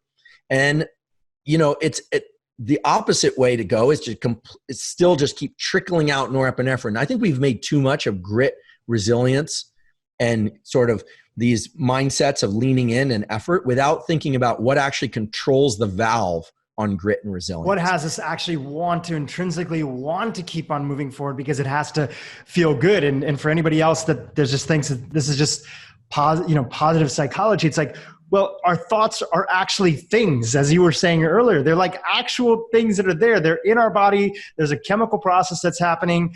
It was designed that way for a reason. And if we can understand the role that gratitude has, we had BJ Fogg on the podcast recently from also Stanford, and he's talking about the number one reason why people don't keep up or make something a habit is that they don't reward themselves along the way, in addition to all the other components. So just the fact that we are willing to reward ourselves through gratitude, through reflection, and saying, you know what, I'm trying something hard.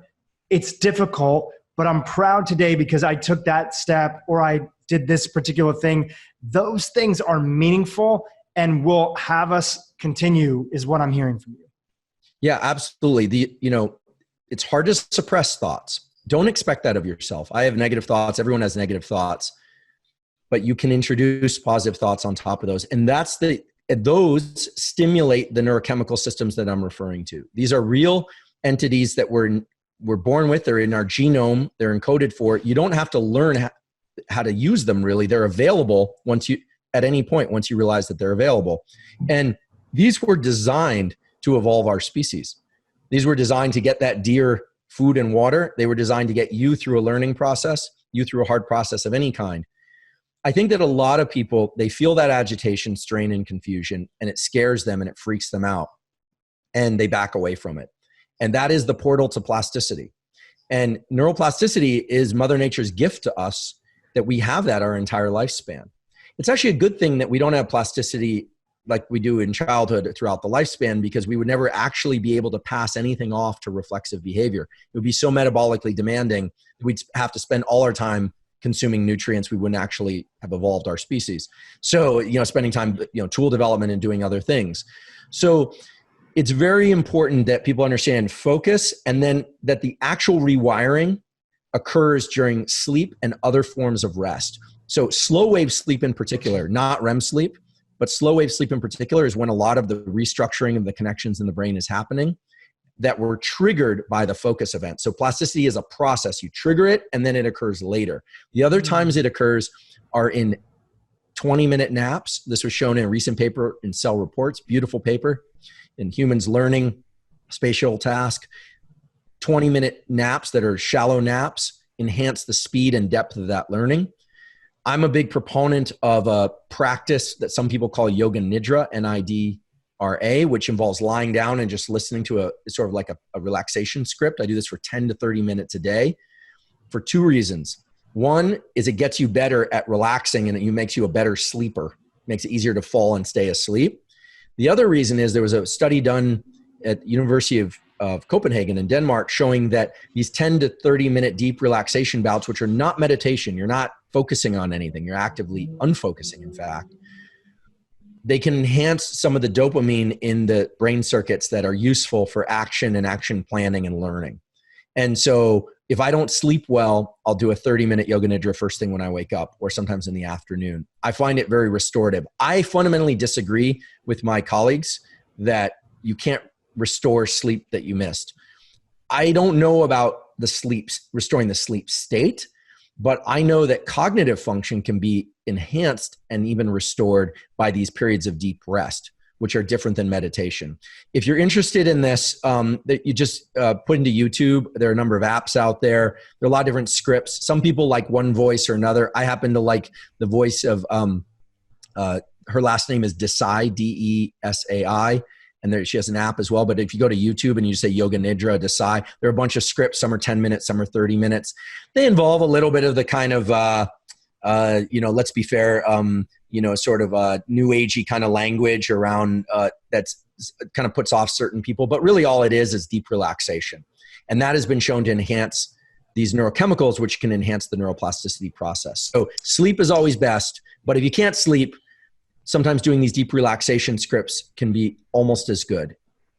And is there a time of day for yourself? Is there a time of day that you'll find that you'll want to bring it in? Is it like 2:00 after kind of like a lot of activity and what time do you bring it in to enhance in your sort of flow? Or do you call upon it when you're finding yourself like a little stressed out, a little bit sort of pulled in different directions, a little bit like hard to focus. How do you tap into that toolbox? Yeah, I do 5 nidras a week, 10 to 30 minutes each. If I haven't slept, if I wake up and I don't feel rested, I don't have the luxury, unfortunately, of just going back to sleep most of the time. So I'll do a 30-minute or a 10-minute, one of these deep relaxation scripts. And I swear I wake up, I come out of that. Sometimes I fall asleep during it. Sometimes I don't, but I come out of that feeling completely ready to go. That's my experience. We've studied this in my lab, and people go into very deep states of relaxation and brain waves that mimic sleep.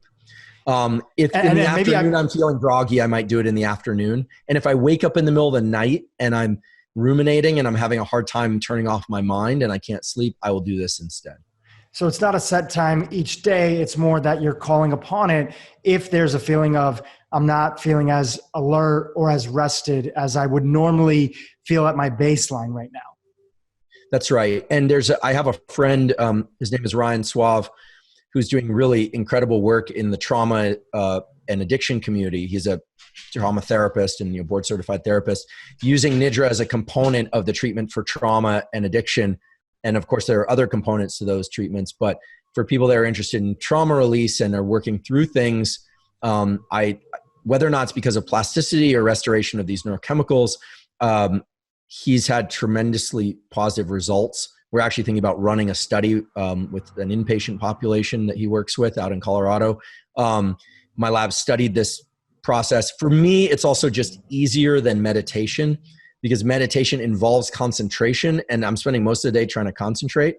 Along those lines about focus, a lot of people say, like, what are your tools for focus? So I'll just mention that the things that I do that you may or may not find useful. Okay, so they range from pretty extreme to rather benign. When I was in college, no joke, I actually used to chain myself to my chair. We didn't have phones back then. And I would throw the key across the room to the point where I would have to drag my chair across the room in order to unlock myself. My goal at that time was to get through large volumes of reading, and there was a lot of memorization, and I found myself just getting way too distracted, and I would try and find the right amount of coffee. Did it make sense to listen to mellow music or like really intense music? And it was so variable that finally what I found was, basically I'm going to just take this to the extreme and just chain myself to the chair. That's a little extreme. I was 19 years old then. I'm not sure I recommend that. And also it's a fire hazard, I guess, if you had to get out quick. Nowadays, I confess that I lock my phone in a gun safe.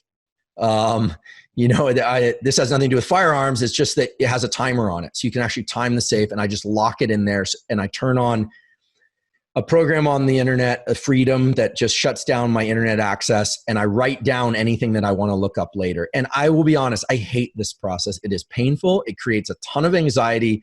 Being away from the phone promotes anxiety. I get it. But what I find is I can accomplish more in a 60-minute bout of no distraction than I can in 2 days of broken work. So that's what I do. A lot of people have asked, like, what about diet and supplementation? For me, being a little bit hungry actually helps me focus. But if I'm too hungry, obviously, then I'm going to think about food. I love to eat. So I'll generally capture that mid-morning session as a key time, and then I eat after that. And my lab doesn't work on supplementation. I just want to be fair. Always, of course, check with your doctor. I'm not promoting supplementation, but I think there are a few things that can enhance focus for occasional use that are much safer than most of the stuff that people are out there using. People look to powerful stimulants. I drink caffeine. So hydration and caffeine work very well to enhance focus. A lot of people overdo the caffeine part, but they don't overdo the hydration part. As you were talking about earlier, like where they get so jittery, they can't focus. And now the caffeine is no longer playing the role that it could play in potentially helping them a little bit in the morning. That's right. 4-to-1 volume of water to caffeine is what I actually do. And a lot of people say, well, then you have to go to the bathroom all the time. Well, this is kind of fun because then we can get right back into brain circuits. So there are several studies that have shown that the reason you wake up in the middle of the night when you have to urinate, when you have to go to the bathroom, is because there's actually a circuit, neurons that connect your bladder to your brainstem and wake up your brain. This is when kids are really young and these circuits aren't developed. This is why they wet their beds when they're really little.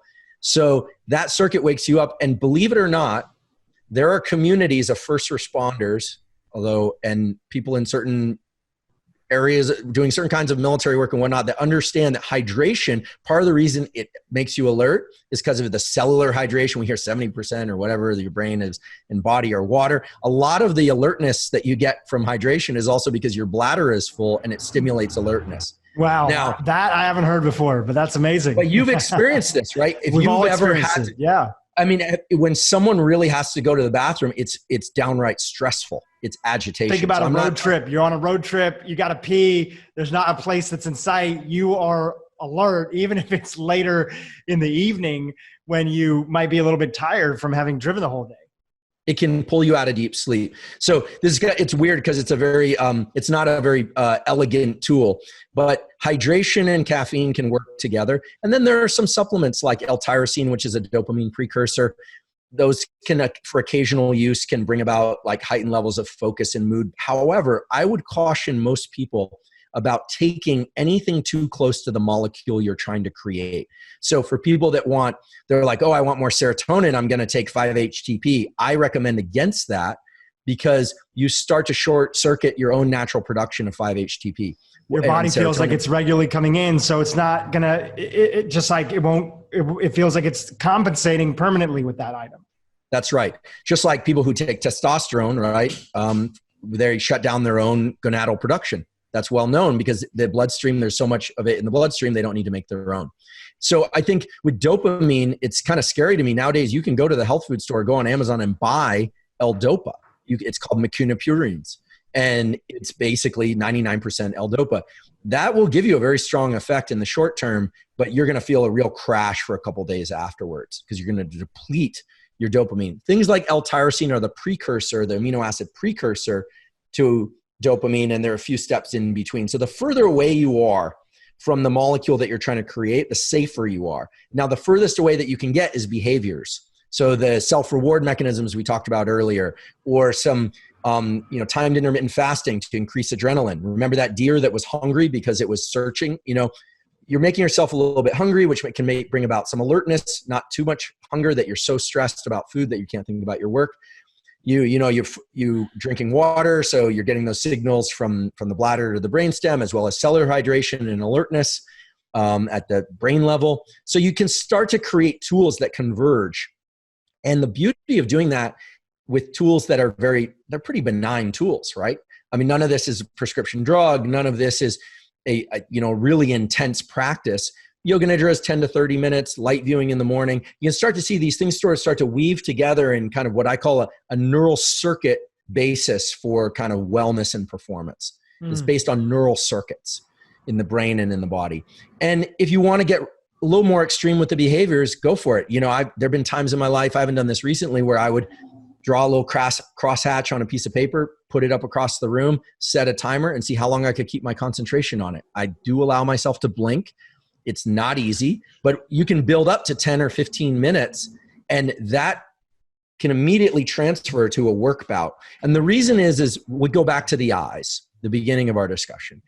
Your eyes were designed to focus, obviously, your visual world. The lens moves and you can do all these things to focus your visual world. And that brings about a mental focus. A lot of people don't appreciate the extent to which our sensory environment is what we should use to guide our focus. Just sitting there and going, focus, focus, focus, focus from the inside out doesn't really work so well.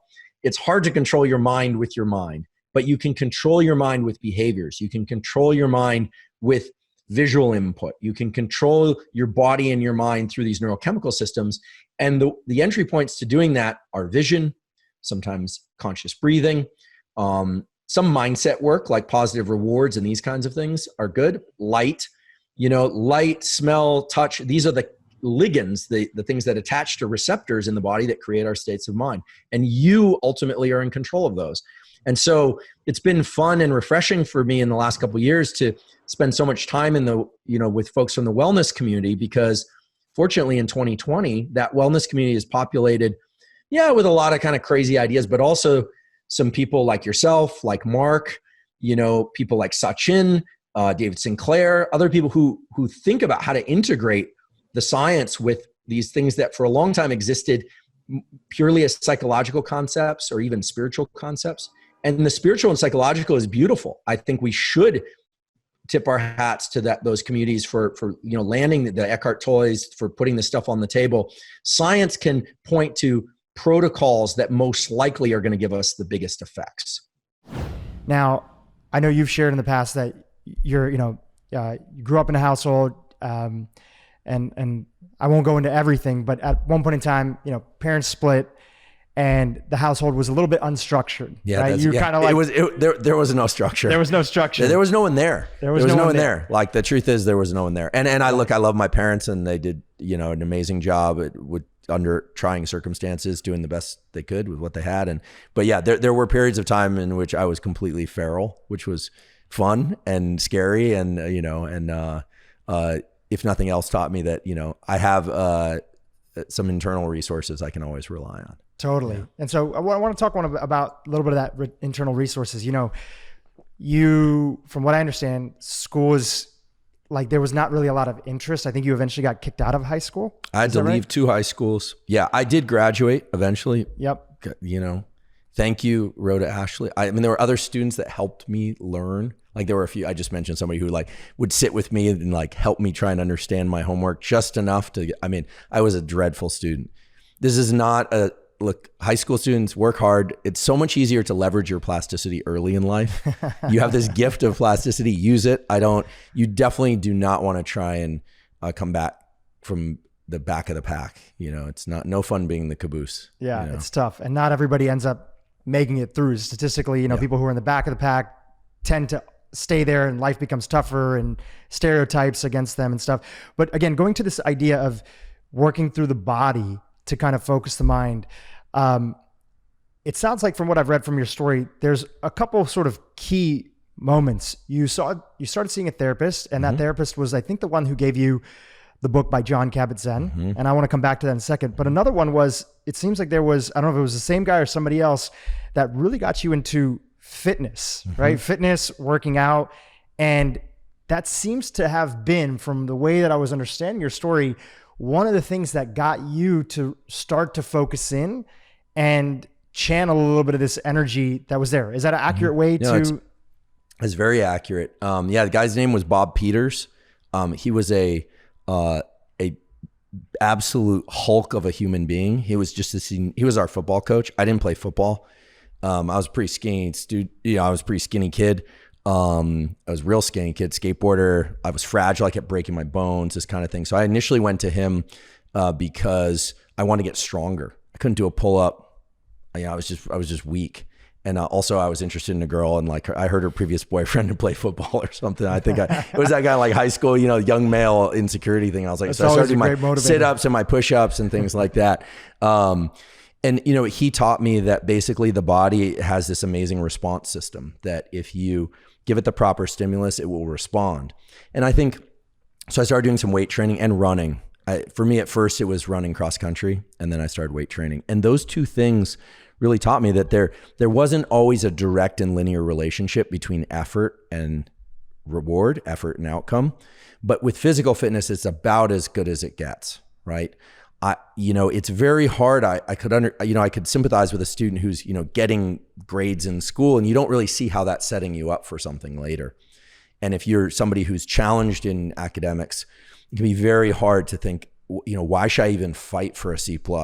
Why should I just, absolutely destroy myself for an A- on this subject that I have no interest in? And the reason to do it is because you're training the mind to learn. And yes, you're developing skills, but you're really training the mind to learn. And I don't think that has to be done in the context of academics, although I do believe that cultivating the mind and the body is good. And I wish I'd done more of it when I was younger. But what Bob Peters taught me was that if I was consistent with my training, that my body would respond. And it did. Over time, I got stronger, and I learned how to take care of my body. I learned how to push myself through pain. Physical pain. I guess I've always had a sort of weird relationship to pain. I wouldn't say I have a high pain threshold. I feel like I'm the guy that stubs his toe and I'm like, I scream, but then it goes flat. I have this very steep inflection of pain, and then it disappears. And I learned that, so for me, pain is like a big wall of fire, but it's a very thin wall. And that for me has been very helpful, because everything that's been challenging for me, I try and imagine as that kind of thin wall of very, very intense fire. It just doesn't last, but it's very intense. And so I expect it. So physical pursuits, I think, are wonderful. And I do believe that everyone should have some relationship to the physical world and their physical body, regardless of abilities. And so that was the entry point. I'm very grateful to him. He was an amazing guy. I give this picture of this football coach, but he also, he was an incredible classical pianist. He taught himself how to play the piano. He also, he was a stay-at-home dad for a while on a bet with his wife. He actually wrote the television thing, which eventually became the screenplay to Mr. Mom. I know I have mentioned that before, and people said, no, it wasn't Bob Peters. Look it up. It was Bob Peters. It eventually got sold to John Hughes, but he lost a bet with his wife. She said, you couldn't do what I do. And he was like, so they did the swap in the 70s, which was rare. Raised 3 kids. I mean, he's an amazing human being, did a lot of work with at-risk kids. And so I think having an example of somebody that was physically very robust, who also was cultivating his mind, was a great example for me. And so, I think oftentimes it just takes the right role model. And I'm a big believer that, especially nowadays with everything being online, that we can internalize role models. We don't need to know the person or have a coach or somebody like that. I mean, that's what's so wonderful about these people like David Goggins and Rich Roll and Joe Rogan and Mark and you and all these people that are out there that are sharing, is that you don't have to have a football coach or a friend or a neighbor that's going to point you to something. You can really latch on to an ethos and make it work for you. And in fairness and in reality, no one person is has all the answers. You look to people I've always imagined a committee in my life. There's like a table in my mind, and I have a committee, and I take advice from those people. Some of them have no idea who I am. I've never met them, but I try and internalize their ethos around certain things in a way that serve me. And the relationship to the physical, to just bring it back to that, is wonderful, because what you start to realize is that the mind follows the body very readily. And the mind is weak. I know people are out there saying the mind is strong, it can do it, you can force the body to do it. The mind is very labile. The brain would be much happier, or perfectly happy, digesting nonsense all day long than doing nothing. Try doing nothing for 5 minutes, try scrolling Instagram for 5 minutes. It's night and day, right? The body is powerful in its ability to shift the mind where you want it to go. And that's why I'm such a fan of getting into action, forward action. That's why I'm such a fan of using respiration as this bridge between the conscious and the unconscious. And I believe in thought and thinking and hard problem solving too. I mean, I define an intellectual as somebody that can really appreciate and understand something at multiple levels of detail, but I think it's all intellectualism on its own, just being in your head is a terrible, terrible place to live. You should try, I believe, each day or every few days to get into a state of wordlessness outside of sleep. I'm a big believer in this, that running, not listening to audiobooks or anything, but just letting your mind drift is the substrate that it's the precursor, I should say, that allows you to then sit down and do very focused work. If you're having trouble focusing, chances are you're focusing too much. That's basically what's happening. If you're having trouble focusing, chances are you're focusing too much in a distributed way. It's like an appetite. If you're just snacking all the time, it's just the meal doesn't taste quite as good. So running, any form of turning the brain, conscious thought, deliberate thought off will allow you to do incredibly deep work after that. But the mistake is just constantly digesting information. And so I think we need to be more structured about our waking states, but the body, in my opinion, should be the entry point. It sounds like in addition to the body directing the mind, there was also this deep connection that you learned from this mentor who got you into working out and fitness.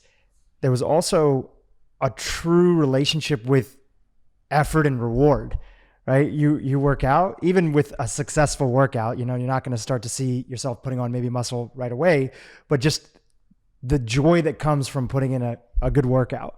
Whereas previously, and I think a lot of parents, who are listening to this podcast sometimes try to figure out, how can I create drives or intrinsic motivation for my child? And a lot of school, at least back, when you and I were in school too, it was much more common. It's changing a little bit now, was you kind of have to take the authority's word for the fact that the reward is going to come down the line. Yeah. And it doesn't always work. And it doesn't always work. No. And, and growing up where I grew up, I also saw a lot of people who went after that carrot and then they, for extrinsic reasons and did very well. And then later in life were very resentful, very unhappy. I think they still did quote unquote better in life because they positioned themselves to have options. So we can't deny that it buys you options. I guess I'm revealing some of my kind of hokey little secrets here, but for me, they've been very powerful. So I have a whiteboard in my gym at home, and but I used to just keep this in my notebook in the days when I went to places to work out. So I write down before every workout, I write enjoy training hard. Because I had another mentor later while I was in college who he said, he didn't say enjoy your training. He said enjoy training hard. So I've developed this relationship where I just love training hard. I love the feeling of failure. I actually really like failed repetitions. I like failing. I like finding out where I'm limited because I know that that's the road to the next segment of progress. And so do you think that came from like early skateboard culture, doing tricks and trying it and knowing that you expect that you're going to fall? Did that come then or did that come later on in life? Yeah, I'm trying to think about, to be in full disclosure, skateboarding was a really important part of my upbringing, and that was my family basically. I basically just was part of this big pack of kids, and there were no parents, and we were all feral, and we had a lot of fun, and unfortunately, a lot of them met kind of a sad fate. Some of them did incredibly well, but I have great some people might see skateboarding as just those like clickety clackety things going down the sidewalk. But there's a whole world of that's self-regulated, that I have deep respect for. But in full disclosure, I wasn't one of the good skateboarders. My body wasn't strong. That's why I started working out, because I was getting hurt all the time. And, but skateboarding is a good example of where it's effort, fail. Like, you're getting beat up. You're basically beating yourself up until you get the successful, ride away. And that is incredible. I don't think I cultivated it there. For me, it was really in college, starting in my second year, because I also had to leave college for poor performance and other reasons, none of which I'm proud of at all. But when I finally decided to just bite down and really do it, I mean, I experienced so much physical agitation. But I realized that the information was in the books, like it was there. So it's not like I had to go, it was complicated sometimes to understand or remember, but that there's nothing simpler than something being presented to you. It doesn't get any easier than that. And that was hard. So, but I just got good at restricting my desire to get up from my chair. I got good at just pushing through. I also have to say that a big part of working through stress and agitation is giving up on the immediate rewards of some of the social stuff. Those were pretty isolated years for me. I had to not go to as many parties as I would have liked. I wasn't one of the cool kids, because I was studying all the time. I was working out all the time. So you have to be good at dealing with peer pressure. I mean, if you want to be successful in life, you definitely either want to surround yourself with people who are also ambitious in the things that you enjoy and love and want to be good at, sports or school. That really helps. I did not have those friends around me at that time. Or you have to be very good at pushing off peer pressure. And that will isolate you. I guess, they call that the empty elevator syndrome. If you hang around with people that don't care about something and you're doing a lot of it, they're going to give you a lot of flack about that. I guess I'm sort of orienting this towards young people, but at any stage of life, if you're taking steps to better yourself, you're going to find yourself pretty lonely for a little while. So I would spend all day Saturday at this park near where I was in college. I would get myself a couple of hamburgers because I liked them. I would go to In-N-Out Burger, get a couple double doubles, and I'd sit under this tree and study all day long. Then I'd sleep, wake up, I'd study some more, sleep. I go back, and it's Saturday night in college. You're supposed to be out having fun, and then Sunday morning I do a 12-mile run. I was a sicko, and slow run. I want to be clear. So that's it. Occasionally I would go to parties and I'd enjoy myself. But I started to find that I could predict that if I kept these behaviors up, that I was going to pass a lot of my peers. And competition is something that's interesting. I'm not an inherently competitive person. I'm not one of these people at the party. Like if you play ping pong with me, I'd sooner let you win than try and beat you. Like why? Let's just rally. Let's just play. I have friends that are really competitive. I've never been an inherently competitive person with anybody else. But if you start cultivating a sense that you have a goal and nothing's going to prevent you from getting to that because you are willing to put in the hours, that's a powerful feeling. And it can be taken too far. I've been told, my college girlfriend said, I created a monster. That's what she said, because she was always encouraging me to work harder. And then when I finally did, it went pretty extreme. But look, it's always easier to throttle back than to try and, make it from behind. And if you're somebody who hasn't invested a lot in any of these domains like academics or in health or in fitness, the important thing is to just get started and get consistent. I think that even if somebody is just walking 5 days a week consistently, just walking, right? It's the consistency is what pays off. And I think it pays off for a different reason than we think. Sometimes we want to see the physical or the financial results right away, but I think a big part of it is that you're training your nervous system. We have these things called central pattern generators. These are neurons that are in our spinal cord and brainstem that generate repetitive movements. And the brain loves to load central pattern generators with work because then the mind can think about other things. And so a lot of the challenge of studying or taking on a fitness program or something like that, it's because it requires so much deliberate forebrain activity. Do I drink the coffee then? Do I do it then? Do I do the workout at this time? Do I study this? Am I doing it right? All that constant rumination, right? But once you just if you just decide I'm going to do it regularly, that's a non-negotiable part. Then a lot of that gets handed over to central pattern generators and it frees up a lot of energy. It frees up neural energy and it frees up your ability to think about other things while you walk. Hey YouTube, if you enjoyed what you just saw, keep watching for more great content on how to improve your brain and your life. So in other words, addiction wasn't your problem. Addiction was your solution to a problem. The problem was your isolation, your sense of not having value, having to have that value acknowledged.